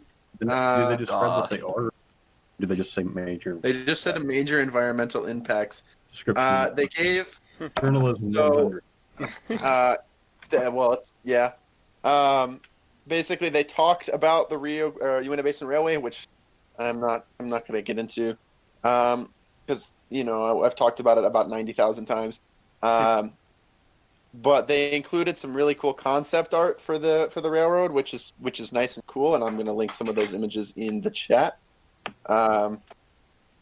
This is at the tunnel, which is near the summit. This would be the tunnel they would be constructing would actually be the longest tunnel in the state. jeez. the new longest tunnel in the state. And then this is near Cayenne, which is right after they sort of do a weird loop-de-loop to gain about 30 feet of elevation in the matter of less than a mile, because they loop a lot. And then this is Loops, brother. more loops, brother. They have a lot of loops on this railroad, like a lot of loops. It's basically the original Uinta, but navigable by a standard gauge locomotive. That's Quitter's talk, I think. And real quick, speaking of new standard gauge locomotives, the Pacific Harbor Line will be testing a new battery-powered locomotive at the Long Beach and LA facilities. The Pacific Harbor Line serves the Long Beach and Los Angeles intermodal terminals and will become the first railroad in the United States to take delivery of Progress Rail, aka EMD, dual battery electric locomotive. So it's a 6-axle, zero-emission locomotive that will develop 3,200 horsepower, which is about 200 more than an SD40 for reference, and will be tested all across the PHL system. Basically, they just said... Wait. Oh, the PHL system? How big is the Pacific Harbor Line? Not very big. So the locomotive includes a capacity of 2.4. Hold on, I'm gonna look it up. Carry on. Carries a capacity of 2.4 megawatt hours and can be continuously ran for up to 24 hours, depending on charging and utilization. And the delivery will take place in the second half of next year. And I just want to say, it is an ugly locomotive. It is not attractive in the slightest. I don't mind the look of that one. It's a brick. It looks vaguely. It is a brick. It looks vaguely British. I don't necessarily mind it either. It is a Chonkosaurus Rex, but yeah, I don't mind the look of it that much. It's small, guys. It's not big at all. It has a total of 150 employees too. It's basically just in the port. I was gonna say, it'll be deployed across the entire system, all 7 miles of it. This is the same railroad, might I add, that the one guy who decided to run a train and not change tried to crash into his kamikaze mission to kill the hospital ship. The FEMA boat. The FEMA boat, that's right. FEMA boat. Man, remember when this pandemic was a joke? Those were the days. Yeah, well, the guy tried to do a train 9/11. I remember them talking about that on, well, There's Your Problem. But 2020 bingo card. Yeah. What's on the 2020 bingo card? Train 9/11 or FEMA boat? Yes. And I'm still have Neither, the segue here. Well, I'm still having the segue about new things. 2 railroads unveiled their veterans locomotives, both the Montana Rail Link, which is the chattiest railroad in the West, and sorry, I had to do a bit of a shameless plug. I don't have the articles up, but no, don't get rid of them yet. Too late, they're gone. So, the Montana Rail Link and the Canadian National unveiled their 2 Veterans Appreciation locomotives within the last couple of weeks, both of which look very, very nice. I'm going to shamelessly plug the Montana Rail Link one, even though somebody said it's a copy of 4006. So here's the Montana Rail Link one, and here is the CN one. I want to point out also that I actually thought that CN one was a good Photoshop because that photo is really weirdly angled and lighted, and I just thought it was a really bad Photoshop, but it's not. That's the real photo. Yeah. That also, I was in the same boat. It looks like Train Sim. What did I just do? I hit Control R. What does that do? Whatever. Don't hit Control R. The Canadian National Locomotive has the 2 Canadian American flags and has a text that says, "Thank you for your service in English, along with support our troops in the yellow ribbon." And on the conductor's side, it says this the same message in French, along along with a poppy and the words "Lest we forget." Nice. So here's the conductor's side. In Flanders fields. God damn it. Speaking of new things, Go on. Main narrow gauge in Portland. Finally, some positive news out of them. They are relaying most of their main line. They posted a video on November 6th. I know this is a few weeks old now, but posted a video of them laying ties. And can I just say how No. much less cool it is the way that they're doing it versus the way that they do it up in Alma? They're unloading them by hand with a forklift, just driving up next to them instead of taking them down the line with flat cars. But you know what? To each their own. Well, they It's also probably have a lot quicker and easier, but Oh, yeah. it definitely is, but Yeah, it's like there's no style. Yeah. Well, the other thing Also, is the main narrow gauge has the virtue of having a paved Bike path path the whole next to the way, yeah. railroad. Yeah. Well, that's nice. Anyway, other than that, there's something else that's new in 2-foot land. The WWNF got a tamper from our friends down under. Tempe. A tampa. Tempe. Please Oh, never 2 say that again. Tempe, Oh, tempe. Watch your 2 foot. tempe. Don't get so mad. The 2 Tampa foot. Bay Stop making a Buccaneers. right ruckus. Yeah, so apparently Australia has used it on some of their expansive 2-foot networks, I guess. That's what I But- think of when I think of Australia. I think of Australian 2-foot. Yeah, me too. But now this tamper, which is gorgeous compared to the tamper that they have now, that's barely even a tamper. It should prove to be the solution to a lot of the slow problems that WWNF has had in terms of getting their track finished in the way they want it to be finished. Because nobody wants to go out there and hand tamp track. Let me tell you, it sucks. Like, I was dying when I had to do it. I was tamping ballast, and oh God, I'm so glad I hopefully never have to do that again. Guys, I don't think TJ likes tamping ballast. I just have a gut feeling. Speaking of something new, You have. We you just got did that them. one. we've done that segue again. So Did we do that something already? new is something old. Well, something new. East Broadtop, that was something old, is now new. The Coles Valley branch. I can't read the article because I can't read the article because trains is trains, but Okay, but the Trains longest is trains, and the old is new, but the new is not new because but it's now it's old. becoming new because of the EBT. They're restoring part of their line that wasn't there before. Nice.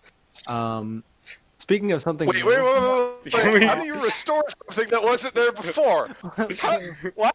well, it was old before, but now. But you said it's not here. new. Well, it's new, because it's new, but it wasn't, and it's old, but now it's new. Anyway, TJ, you just got caught lacking, bro. anyway, speaking of lacking, this Santa Fe PA unit Jeez. it was lacking a roof, but now it's gonna have a new roof.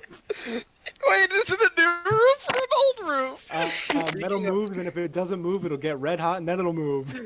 That's a quote from the article. Speaking of moving things, The Hudson Tunnel. We're moving the Hudson Tunnel? What happened to the old Hudson Tunnel? Are we making a new one? Well, the old Hudson Tunnel is in urgent need of repairs to become the new Hudson Tunnels. Water Speaking issues of- affecting the tunnel's electrical power. A significant problem with water on the tunnel floor affecting an electrified third wheel used to power trains that rescued disabled equipment within the tunnel. So the new Physical Hudson training Tunnel will literal- be created from the old repair of the Hudson Tunnel. TJ, you interrupting me. Wait. But if there's an old repair, then why do we need to repair it? Because we already did the repair. Well, the Surely old- it'd be a new repair. Well, Me too, sorry. well, we're getting to a new repair because the old repair is insufficient now because it's an old repair. Speaking of repairing things, Jeez, you don't have to be so crazy. Yeah, what's the problem? the Winnie County Herald, Union Pacific 4420 at 060, currently in a park in Evanston, Wyoming, will be moved to the Evanston Roundhouse to undergo at least a cosmetic restoration. The engine has been deteriorating in the elements without protection or maintenance. That's a direct quote from the Wyoming, Herald. right? And it has also been the site of several accidents where kids have fallen and died. And I don't think they've died. I don't know. I don't think that's literal, but it's been a historical treasure. Blah blah blah. So basically, they're moving it to the Evanston Roundhouse, and they're going to try and at least contract it. And they contracted the movement to our friends, quote unquote, at Wasatch Rail Contractors out of Cheyenne to oversee the safe rigging of movement. So they're moving it to my knowledge, is that they're moving it to the Roundhouse, and where, according to the Herald at least, it will be restored to operating condition and provide rides to Evanston citizens and as well as tourists who visit the Roundhouse and rail yards. So we've been to these. This is the Roundhouse we've been to. Yep. Yeah. With the So timer. that's interesting. I have a question. Why do we not like Wasatch? Because they're the ones that screwed up the Como engine. They're the ones that have stolen the air pumps off of a lot of the Park engines. They're the ones that just lost the lawsuit to I can't remember who for the shoddy boiler work. Oh, okay. This is the current state of they had the, They're they had the effectively audit, if didn't Como did contract work. Oh, That is okay. the Didn't they current have the big state. audit? Wasn't that Yeah. something? Yeah. That's the current state of UP 4420. I know on one of the sides, people like to come up there and scrape off the leftmost 4 so that it's UP 420, because that's kind of funny. Fucking DJ. God damn it. Can we just? Can you just like put a sticky note over it or something instead of scraping paint? So is it old or new? Oh my god! It was All right. built in 1940. I would like to talk DJ. about. I would like to talk about something that was probably on nobody's 2020 bingo card. Uh-oh. No, What's that? it's a The good Cato thing. boat? It's a good thing. It's Canadian Vaccine? Pacific and 2816. The Canadians are up to something. Out of the mud. can it? But I mean, honestly, like, believe it or not, Canadians are up to something. so it should surprise nobody that the last time Canadian Pacific fired up a steam engine was before Hunter Harrison came to power. Now that he's dead, well, no longer Eloquent. with the... There was a pause. There. It's like, now that he's moved on. Yeah. Or something like that. Now that he's... Oh, he's passed on, all right. Now Ow. that he's dead. Remember. He's- Real quick. Go ahead. He's no longer with the company, so to speak. The company Yes. being us, the living. Wow. CP... Fucking hell. But the 464 was fired up for the first time in 8 years, and they're assessing its mechanical position, they say. They said They there's... just fired it up after not touching it for 8 years. Basically, yeah. There Yeah. are rumors that they immediately broke it, but I've seen... if a steam engine does that. They do that. The rumor was that they cracked a piston or a cylinder or something, but it's been doing more test runs, and I haven't heard anything substantial on that front, so I think that is just an unsubstantiated rumor. Worth pointing out that this engine was bought by Blount previously. It was owned by Steamtown USA, and then Steamtown National Historic Site, and then it got sold back to CP in the 90s. And as previously mentioned, it was running 8 years ago. They ran it for the IMAX shoot, I believe was the last time it ran. Gotcha. I still haven't seen it. And It's a then good movie. they fired it up again, and as they say in this article, sources close to the railroad say that the locomotives will most likely partake in Canadian Pacific's Holiday Train at Home virtual concert scheduled for December 13th. So, Oh, they updated it. so the Christmas train, like the regular CP Christmas train, was canceled, just like all the rest of Christmas, due to COVID-19. And, well, almost all the rest of Christmas, sorry, Weibold. But On the 85th day of polar. Canadian Pacific is still trying to do something interesting for that. I wanted to riff off of Julius for a second, though, because after you having gone to Montana and everything, I have an update on the Big Sky Rail Authority, which is the people trying to get more passenger service in Montana. Why didn't I take that article? Because I've been following these guys, like privately through cameras that I set up. I mean, I mean, what? I mean, wouldn't you? No, we've got there have been 12 counties in total that have passed a resolution to join the authority. State law requires just 2, which they did have 2 a while back. And this is a lot more force to try and restore the North Coast Hiawatha. So, let's see. I'm trying to pick out something particularly interesting from this, but I wouldn't call it the boilerplate, but the stuff we already know about long-distance rail. It helps these small communities. The Montana's southern tier right now has a lot of the major cities, like Billings and Bozeman. But and Butte is not Butte. Billings, Bozeman, Missoula, Laurel. Yeah, Helena. the someone that didn't start with B. Billings, Bozeman, Butte, also known as Butt.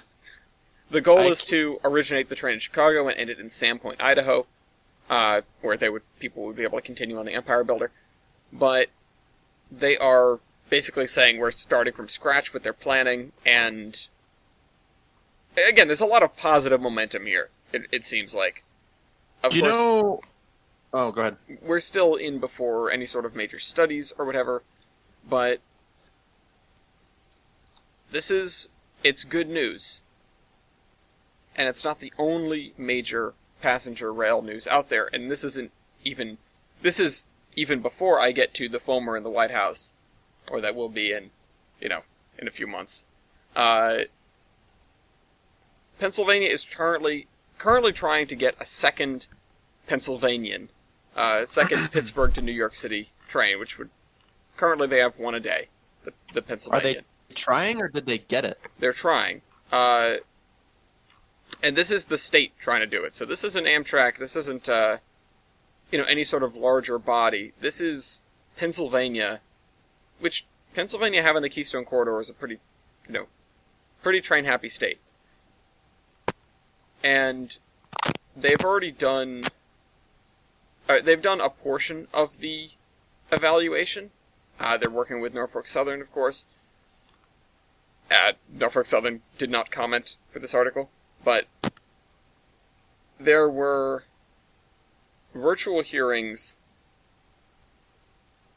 I don't remember exactly when, or it doesn't say exactly when, but they did do virtual hearings featuring a 338-page report. Yikes. And after which they'll be submitting that plan to the FRA. If a second train is added, the plan projects ridership will increase from 215,000 to shy of double that, about 378,000 in 2025. So, yeah, that's nice. The only issue with this is the Pennsylvanian terminates in Pittsburgh, and the connection with the Capital Limited is like a 12-hour layover. It's not helpful at all. So if they were to run this other Pennsylvanian in an almost opposite schedule, or at least closer to the capital, then I feel like the ridership could go up even more than they think, because it would provide another good route across to Chicago. It's one of the reasons I did not take the Pennsylvanian, because the layover is completely brutal. But anyway, alright. Who wants to round out something else before I get on another Amtrak tangent? I mean, I've got something that ties into hearings. Oh yeah? Uh-oh. what? Yeah, this is the less happy hearing. The trial accusing the Durango and Silverton of their involvement in starting the 416 fire has been announced to take place in Denver. It is scheduled to start September 13th, 2021 at the AAA U.S. courthouse in Denver. This is the $25 million lawsuit that the Forest Service is alleging, or that the Forest Service is, what's the word there? Suing. Foisting onto, they're suing the Durango and Silverton for the starting of the 416 fire. They're seeking reimbursement for damage control. Mm-hmm. Which apparently is a normal thing, but it surprises me that it's a normal thing. It surprises me that it's a normal thing, and not even just in practice, but in principle. It seems like a thing that shouldn't necessarily be a thing. I mean, I feel like if you're seeking private compensation for doing your job, then why are we paying taxes on you doing your job? Yeah, right? Why are we paying for you to protect the forest if you're so dependent on, funding from the private sector? Equivalent of also the... from... Sorry. No, go ahead. I was going to say equivalent of the fire department sending you a bill. Yeah, it's like, okay, why are we paying for the Forest Service? And also, isn't your job to kind of make sure that forest fires don't happen? Okay, whatever. Also, on the note of Durango and Misery, they have started their Polar Express event. Interesting for rail fans this year, they're running a 15-car train, I think, with first class in the middle and a steam locomotive on either end. Huh? They pull the train out with one, stop, they don't turn around, and then pull the train back with the other one. Oh my god. They're doing push pull. Yes, they've got a push me pull you. They're doing push pull with K-36s. That sounds This isn't hard. whack-a-mole, it's sign language with destroyers. How do they communicate? Radio. Radio? Probably. I'm not sure. I mean, I also don't know if it's one crew runs out and the other crew runs back, or if they run to one end, swap locomotives, and then the other crew, How would they, the same crew that ran out ran back. well, how would they do that with steam? Because you'd need, even if you're not doing anything, wouldn't you need somebody? You would making sure that the other engine need doesn't at least a fireman on the other engine, but it could get complicated with pay and seniority and stuff. blow? Mhm. Like I wouldn't be surprised if they've got the senior crew and the crew that's actually scheduled to be running on the locomotive that's pulling, and then you have one person that's like scheduled as a hostler on the engine that's being pulled, just to keep the fire hot and the water up. I don't know. You have the backup crew in case somebody passes out. Yeah, I honestly don't know. I haven't heard much about this. This was kind of it appeared on the forum the other day. It's like, hey, look, they're running the polar train with two engines and one on either end facing an opposite. What are they doing? They're trying. So, polar. They're trying. Yeah. CSX is trying. CSX is trying to take over. Specifically take over Pan Am. Dun, dun, dun. Yeah, so NS obviously has a very large problem with this. But CSX is allegedly in talks to buy Pan Am, just wholesale. Because Didn't NS already buy them? No. Yeah, I thought Uh, interesting. NS has been like, we'd like to. And Oh. CSX is also like, we'd like to. And NS is like, we'd like you not to. And so they're filing with the Surface Transportation Board to stop CSX from being able to acquire Pan Am. So That seems like if your ultimate goal is to acquire Pan Am, maybe don't involve the STB on making sure, because any ruling that the STB makes against CSX is almost certainly going to be applicable against you as well. right. Well, here's the reason why I think it wouldn't be, and here's the reason why NS is so pissed. There are exactly two routes to get from New England as a whole to the rest of the world, not including Canada, and not including passenger rail only, which is, of course, the Hudson Tunnel, which we've established is either new or old, depending on how you look at it. And those are the former Boston and Albany, which is currently owned by CSX, and the former Boston and Maine, which is currently owned jointly by NS and Pan Am. Obviously, Pan Am, NS has a vested interest there, that's why they want Pan Am. CSX has an interest in that if they control both of those routes, they have, aside from CP having purchased their line through Maine, they basically have a monopoly on access to New England by rail. They certainly have a monopoly on stateside instead of, north of the border access. So that's why CSX would want this, and why NS would really not want this. I feel like it's worth it for NS to oppose this, even if it means they don't get it, just so that CSX doesn't. That's fair. That's fair. But I'm not sure how that's going to go. We had a second article there, but I don't think it's any further revelations. It's not like an update. It's just another take. So, Another source on it. on the note of acquisitions, on a much significantly, I cannot stress how significantly, orders of magnitude less significant of acquisition. Go on. Patriot Rail, which is like discount Genesee and Wyoming, and I mean like discount Genesee and Wyoming, has acquired the short line operator Salt Lake, Garfield, and Western Railway. So the Salt Lake, Garfield, and Western Railway, bet you can't figure out where that railroad runs. Cheeseland. Yeah, it's actually in China. China. So it services Beijing and all of Manchukuo. They run Anyway. from Salt Lake, Western, and then fluff each other's Garfields. Yeah, there we go. They have been acquired by Patriot Rail, meaning that technically Patriot Rail has more acquisitions in the state of Utah than the Genesee and Wyoming. So the Salt Lake, Garfield, and Western, for those who don't know, which I'm guessing is everybody, is about a 5-mile short line that services between the main yard in Salt Lake City all the way out to the industrial areas west of town. They service Stadler, so the people who service Stadler, they are the ones, like the airport. the airport area and that big industrial area over there. Yeah. That's all Salt Lake, Garfield, and Western. So like Stadler, like when they pick up the Tex Rail units and deliver them to Union Pacific, they pick them up from Stadler and then take them at 10 miles an hour all the way to about 5 miles away. Oh, they don't know. Oh, wait, did they? Oh, they move them by rail. They don't put them on.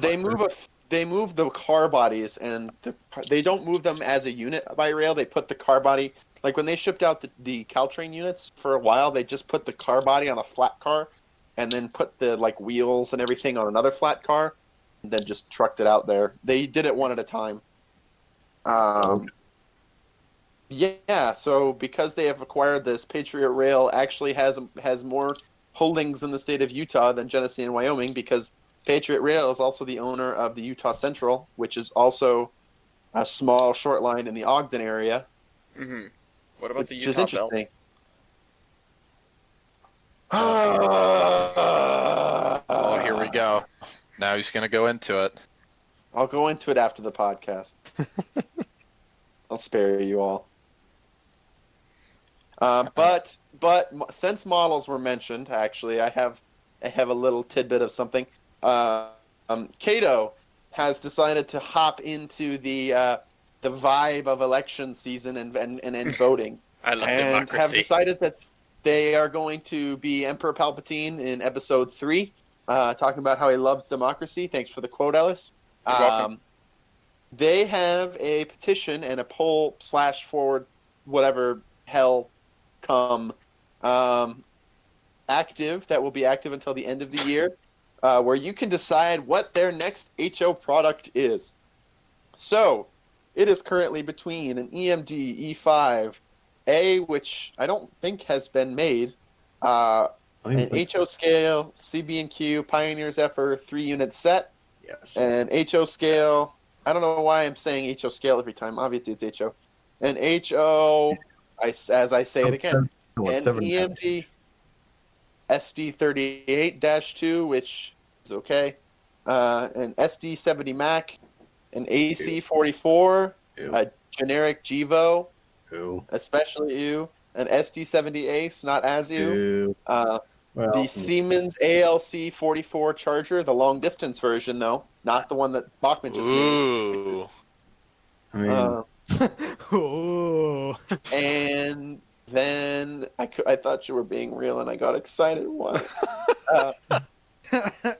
And then the latest Amtrak Avelia or Acela 2 Electric Boogaloo. I'm excited for the Charger, says no one.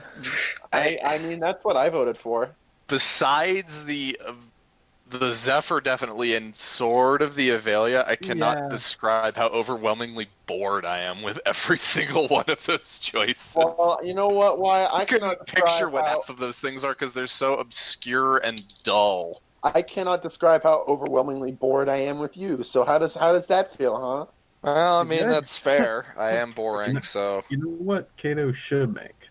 Because I don't Uh-oh. think it's made in brass. It may be brass, but Uh-oh. not plastic, I think. Watch They your words should- carefully, Jader. I don't know brass.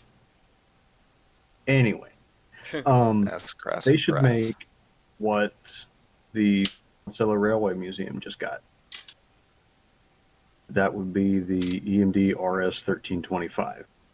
Yes. Did you really just slide in I was that going to say, was that a segue? Wow, That was the most so beautiful smooth. segue I was gonna say, of that the was podcast legitimately ever. good. Go forth. Journalism, bitch. Wait, that counts, job. Whatever, continue. And another life I'm a journalist. Anyway,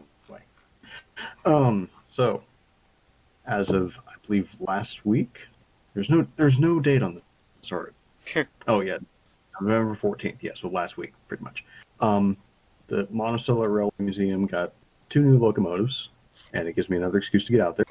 They got one of 2 ever built. They got one of 2 ever built RS 1325s. Basically, they're, if you take a switcher, okay, you take a Jeep, smash them together, pretty much that. It is a strange looking engine. Red-headed stepchild. Yeah, they're weird looking, but they're cool. They've been running in Illinois on I forget which, it doesn't sit on the Illinois Railroad for Genesee, Ow. and then just this year, Genesee and Wyoming retired it. Museum purchased it, and that will be it'll be another addition to their fleet of operating engines. Mhm. And the other engine they got is really local to them, like it ran on the tracks that they run on. It's a Illinois Terminus W1200, which makes it, I believe, the second. Let's see, it doesn't say in here, but I was reading somewhere else. I think it's like the second Illinois terminal engine to be preserved. The other one is, Wow. I think it's a Jeep. Yeah, a Jeep at IRM. Grr. Yeah, so that's gonna be fun. It gives me it gives everybody another reason to go there. What if I don't want to? Then Then die. Don't. you're Die. lame. I know I'm lame. You know what isn't lame? Go on. New passenger service TJ. between Colorado and Utah. That would be pretty I cool. wanted that article.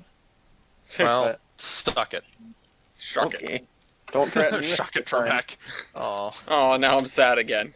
no, I'm sad again. Wow. We have that Anyway. article here. I know we do. Somebody got it, right? No, it's right No. here. Well, Alex Trebek passed recently. Yep. Yeah, not a lot to say on that. Just big sad. Why are we all here? Just to suffer. Yeah. Back to what you were shucking it over.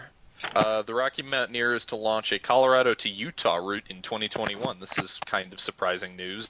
I think this is... Jesus, what is Is this that their noise? first passenger service in the U.S.? Is it? Wow. I don't know. I was asking. I don't know. It might be. I'm Well, pretty actually, sure. I thought I think they, they're from I thought they Canada. did it in Alaska. Did they? Do they? I don't know. TJ. The article opens with Canadian luxury train operator Rocky Mountaineer, which made me think it's like I don't know if they run maybe a little in the Pacific Northwest or, like you said, in Alaska, but this is certainly the furthest south they've ever gone with one of their endeavors. I The feel service like will be called maybe Rockies to. Oh, go ahead. maybe they start out of like Seattle or something. I feel like Yeah. Don't know. I feel like I remember seeing do. like They do run out of Seattle, America's historic. No, I used to have a VHS about the Rocky Mountaineer. That's what it was. And they Okay. like would start. I think they start somewhere and then they end somewhere. And one of That's those how places, trains work generally. and one of those places is not Canada. They do, Okay. yeah.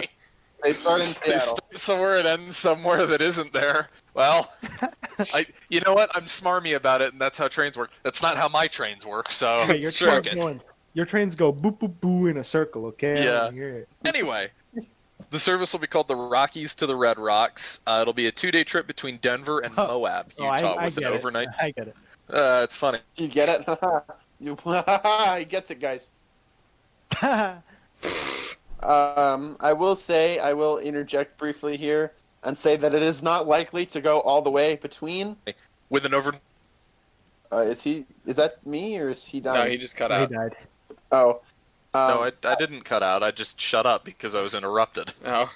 Oh, I'm sorry. I thought on my end you kind of died. Did I kind of die? You did. Oh, my mistake then. Anyway, the company plans to launch the service with 40 departures in a 10-week period between August the 15th and October 23rd of next year.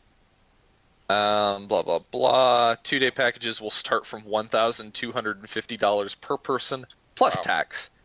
God. And you can reserve a trip with a $25 refundable deposit. Wow. Okay. That's pretty cheap. Deposit's cheap, yeah. the ticket is not.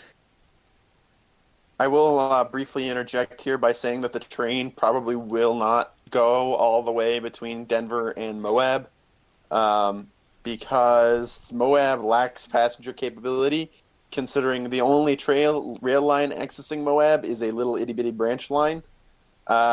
And I don't think there's anywhere they can even put passenger facilities, so if I had to... Well, it's the Rocky Mountaineer. I feel like they can just use a parking lot if they wanted to. If I had to put my True. honest opinion, I would probably... Well, even then, there's not one. They will There's probably... not a parking lot anywhere in Moab. No, because in Moab, the tracks end a few minutes, about a mile or two actually outside of town. So... Well, I'm sure they wouldn't have advertised it going to Moab if they...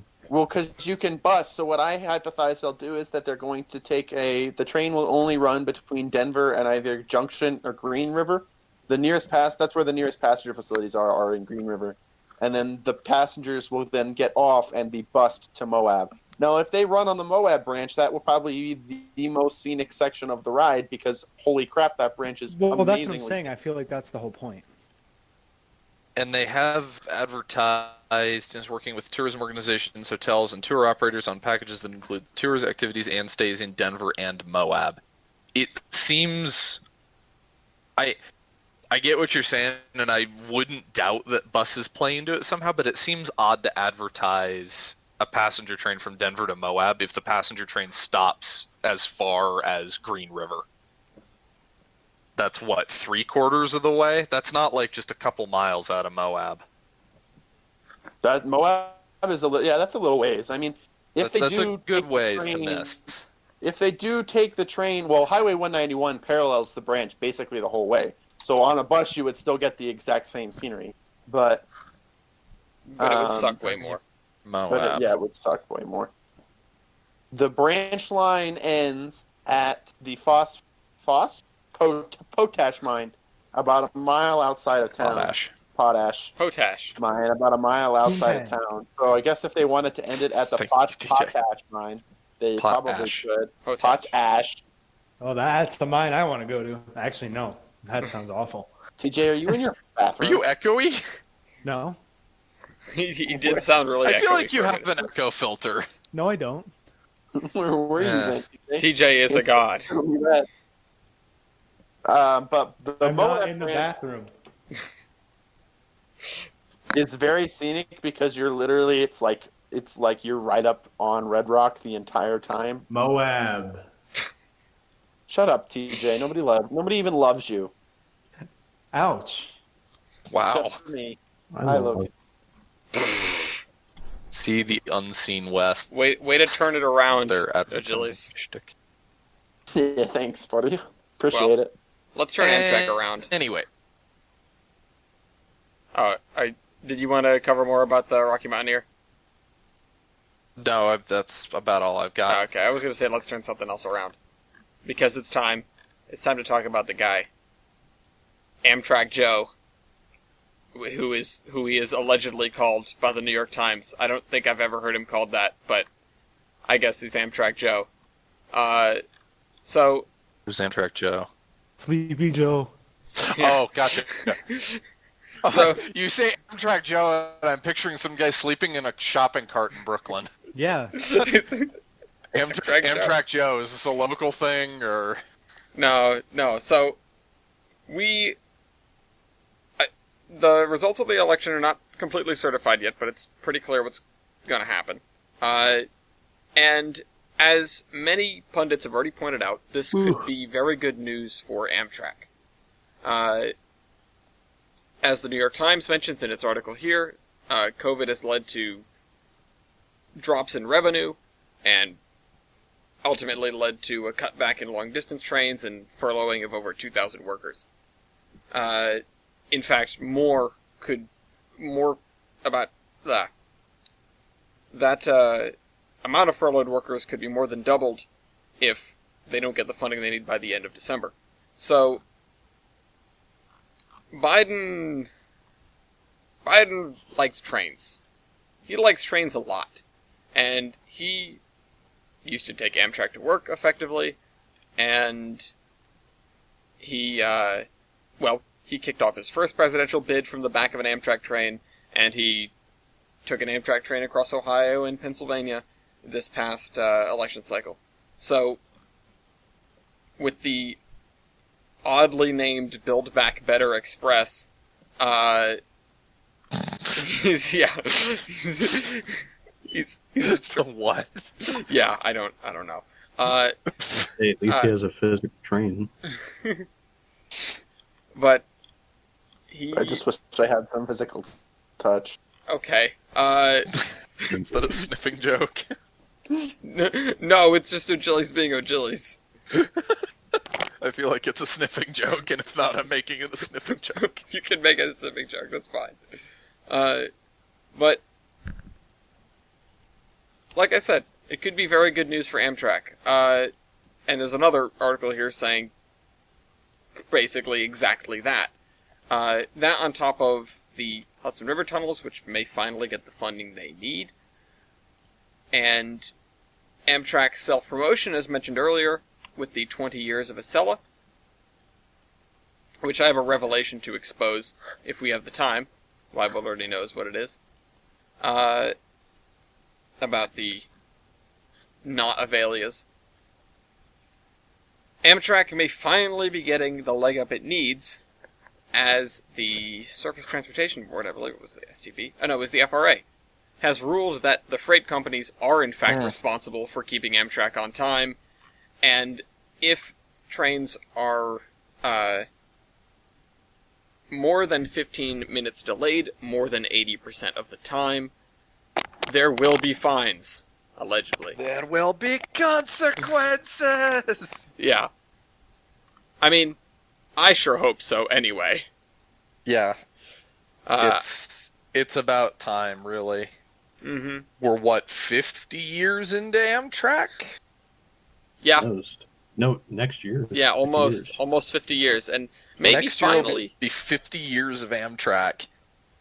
And only now have we got a ruling that will hopefully allow for some reasonable service. Yeah. Not even good service, Just but reasonable. yeah. You can at least sort of rely on it for a connection. If there's the threat of consistently being delayed by more than 2 hours, that's not reliable. That's not realistic to use. Mm-hmm. And it's important because finally there will be some what's the word? Not oversight, accountability, right? It's like these delays, for the most of the time, and Amtrak even used to have that tool on its website where you could see the breakdown of all the trains and what caused the delays exactly. And it's like, okay, yeah, sometimes it's Amtrak's fault, and especially with the aging P-42s, or the aging Genesis fleet in general, sometimes it's a little rough. But a lot of the time, and especially if there is some sort of other minor delay that kicks Amtrak back, the dispatchers stop caring. It suddenly becomes not their problem, you know? And it's just really nice to see that maybe we'll see some accountability here, and maybe we'll see some half-decent on-time performance for the foreseeable future, or in the foreseeable future. And if we don't, at least it's a way for Amtrak to generate revenue, right? This is the FRA going, oh wait, we're running out of money. I have an idea. But we make them pay. yeah. But you won't have to pay if you ride the Cincinnati streetcar. Actually, starting back on the 1st of this month, the streetcar is free. Completely free. For everybody. Forever. So, if you want to go to Cincinnati and ride the streetcar, or if you're in Cincinnati and you've got to get to work, you don't even need to worry if you forgot your wallet. And That's nice. yeah, the streetcar operations are funding, quote, in such a way that they do not rely on farebox revenue. So, I think that's exciting, you know? Because it means that in a situation like this, where we have, you know, dropping revenues due to a pandemic or other extenuating circumstances, we won't see a potential loss of service, which, as has been pointed out, may never come back. You know? It's like, as long as it gets funded, it's there. You know, the cost to run these things is pretty fixed. It doesn't change that much. When you look at a train, you know, okay, adding a couple cars, subtracting a couple cars, depending on your passenger load, it's still going to cost you about the same amount of money. And I feel like structuring it this way to ensure that we have the service, to ensure that the service is always present, I think I call that a win. You know, I call that a win for mass transit. Everybody's paying for it anyway. So, you know, if you're in Cincinnati, I don't know how the revenue, you know, the tax revenue is allocated to paying for it, but hey, if you're in Cincinnati, now is best time than ever to ride the streetcar. You're paying for it, go ride it. But, yeah, like I said, in seriousness, I consider this an absolute win, and I hope more places do this. It's already been done in some places. I think a couple of cities in Germany are like this as well. I think we reported on one a while back. But, yeah. And if you're in the market for free money, if you happen to be a UP employee that worked through the pandemic, they're giving you $1,000. That's Ooh. nice. Yeah. That's a lot of their revenue, guys. Uncharacteristically generous. Yeah. But hey, Okay. it's something. Good job, UP. You are actually giving back to your employees instead of just saying you do on the side of a locomotive. Okay. All right. Yeah. Thank you, UP. UP also temporarily On the reactivated. note of- Oh, sorry. No, go for it. I just wanted to toss out there that UP also temporarily reactivated the eastbound hump in North Platte. Eastbound. Eastbound. Eastbound. Yeah. Eastbound. Thank. Mike Tyson pump you Yeah. out. Shut up. On the note of employees, some bittersweet news out of Chama this past week. There was the commission meeting for the leaders of the Cumbres and Toltec, and at that there was the announcement that John Bush, the president and I guess acting chair of the Cumbres and Toltec Scenic Railroad, will be stepping down. Oh. He'll be staying in Chama and will be willing to consult with the railroad for future questions of any kind.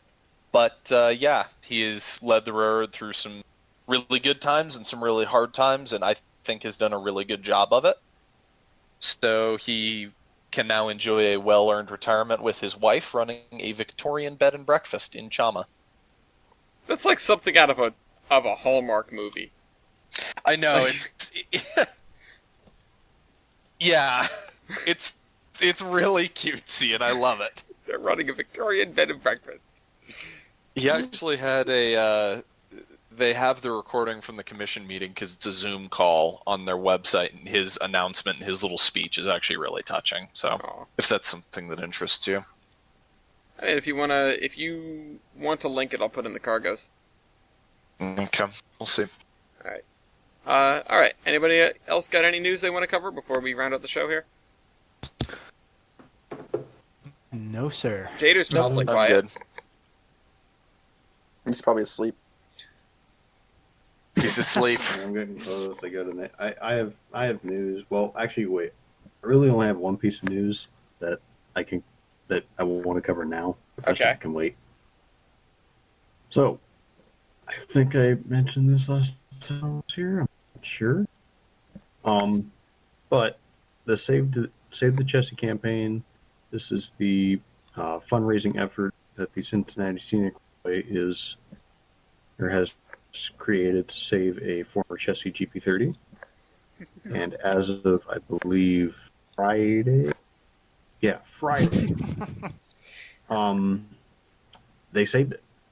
They own the engine. They have the money, and they own the engine now. Nice. I'm giggling because of the other night when this was brought up. Weibel just yelling, "You want a GP30? You want a GP30, Jader?" You want it? You want it? Have it! Ah! If we're talking about fundraising, there's an RS2 with a fundraising campaign to save Adirondack number 25. It's not the prettiest looking RS, but It's an RS. save the They're not Alcos. making any more of them. Yep. It's about 2,600 raised of a $6,000 goal. It actually seems to be going fairly well. So, that's Cool. yeah. Fundraising is good because if you don't do fundraising, you lose stuff. And on that note, I have a sad piece of news, which is that Roadside America is closing due to COVID, and they will not be reopening after 85 years in business. Which is, I mean, it's a long time. And they had a hell of a run, and they put the place up for sale 3 years ago, and nobody was super interested We in. should have bought it.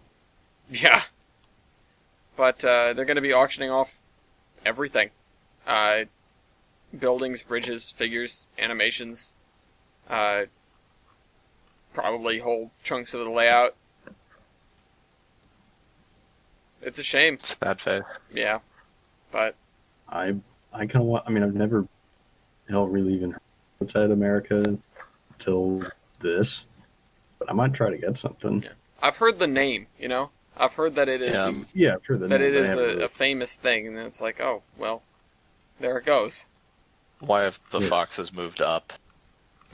There are 4 of them now. There are 4 of them This now. is getting out of hand. All right. I might try to get something. That'd be cool. Do they have? We'll keep an eye out for that. Hey. Do they have anything? There's 5 of them. Also, somebody in here is anonymous Neon Cat. Is it the one who is clicking by It's Ochili's you. name? It's a Jilly's. Of course, it's a Chili's. Okay, well, all right. If that's all the news that we have to cover, let's talk about the latest train on Amtrak, ladies and gentlemen. Which hopefully will be much less of an impactful segment in the future. We might have to pick a different game. Yeah, impossible. Yeah, so does anybody have guesses? So there are no trains in the black, well, at least no U.S. trains. There's a Canadian train that's black. There are a bunch of trains in the red for time. Commies. And there are 3 trains experiencing a service disruption, and they're all in the same spot. So, if somebody guesses one of those, that's bonus points, I guess. All right, I'm gonna take a guess. Okay. So my dad likes to watch virtual railfan cameras, right? And he gets up fairly early, and he mentioned to me that the eastbound number 4 got into Flagstaff while he was awake. So I'm gonna take a guess. I know that train is late because he saw it, and he doesn't normally see it in Flagstaff. So I'm gonna take a guess and say it's the eastbound 4. I really like that deduction, actually. So Wrong. that's impressive. Okay. Even if you're wrong, that's a lot of thought. So, all right. What other guesses have we got? The eastbound Zephyr. Eastbound Zephyr. All right.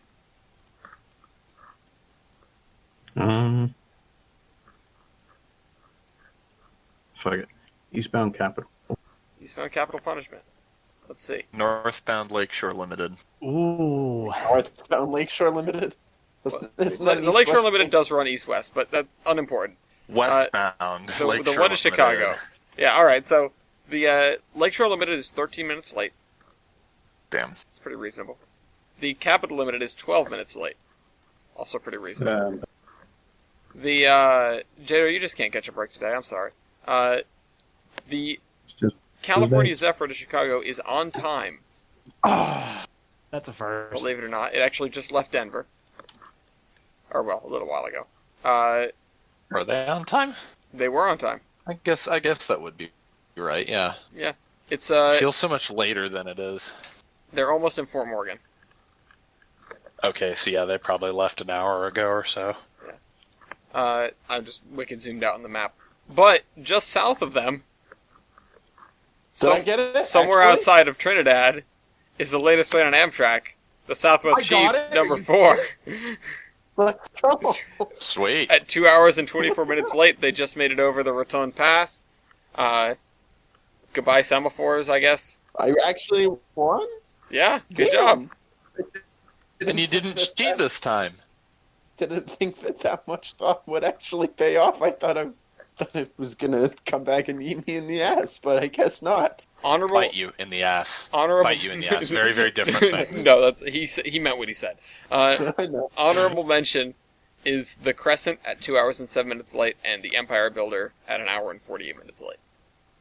So, Empire Builder, more like Empire Later. Bang.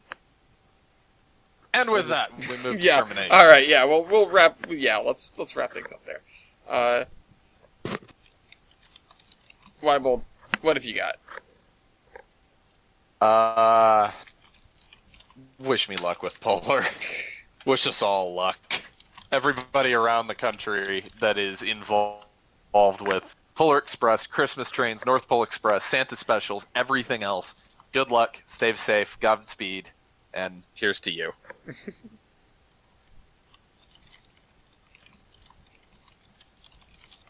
Argiles? Okay, I'm gonna run a quick experiment. Oh no. I want to see if Kevon watches the podcast, so I'm just gonna say Kevon is a hoe, and his real name is not Kevon Zone. It is Ho Zone. Okay.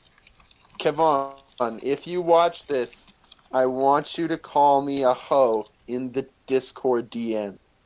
That's all. Have a great day, everybody. Special Okay. experiment. The prank, Interesting bro. experiment. I would like to say that, or I would like to ask that, please, God or whoever is in control of Among Us, just let Argiles be imposter, for God's sake. It was painful last night. We played like 1,000 rounds. We didn't get imposter once, and I thought he was gonna go jump off a bridge. Argiles, are you okay, man? It's pretty close to jumping off a bridge. Everyone always asks, what is Ogillies? No one ever asks, how is Ogillies? And, okay, Jader? Okay, so Alright. I have giant drawings of just stuff that look from like Model Rare magazine because they used to actually be good, and put out drawings of steam engines and stuff. And I was going through there and going through the Pennsylvania folder, and I found this. I didn't even really know they had those. Here it is, and I kind of want to build it after I'm on this H6. I tackle this. This is a Here's fun-looking one. mogul. This is a mogul Yeah. that I don't know why, but I look at it and it just like it's in a sort of uncanny valley between old engines and newer engines. Yeah, and I can't find any pictures of them. I like how it's leaning back a little bit too. Vroom, vroom. It's like it looks like it's gonna like do a wheelie. Yeah, and they're cool. I can't find any pictures of these with electric lights, so that's gonna be fun. Anyway, for the best termination, The greatest. let's just say our greatest dreams have become a reality, and Japan has created real-life Chuggington. I never thought I would see the day where my favorite childhood train-themed cartoon would become a real-life engine. A streetcar, no less. You know, I'm gonna be honest. It doesn't look half bad. I mean, the It chugging doesn't, stuff. like, The chugging stuff looks kind of weird, but it looks very. It looks accurate. You know, it's correct. It might not be good, but at least it's correct.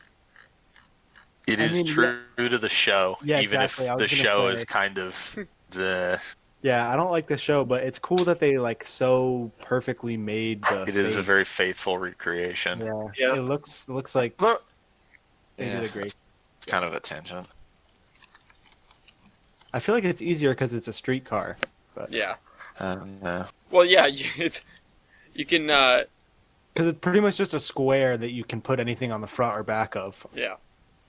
Anyway, all right. Well, let's thank everyone for watching this podcast. Thank both of you. No, I don't want. Thank both of the viewers, and you Yep. guys for Thanks for suffering through it. 150 episodes. Good Yeah. God. Thank them. Nobody watches this thing. Thank us. Yeah, Fair point. I am thanking you guys because I I've been really here appreciate since the it. beginning. You know, we started this We've thing made it this far. with 4 losers and a dream. Well, there's Now more than we've 4. gotten the but- whole 3 4 viewers plus out of 1 it. losers with a dream. Yeah. We've been doing this for like 6 years. Yeah, it's been a Yeah. while. Damn. And someday we'll make it back to Train Mountain Someday. to find the train stig. Train stig. Hopefully I can Alrighty, we'll see you guys next time. Okay, bye. Bye. Bye.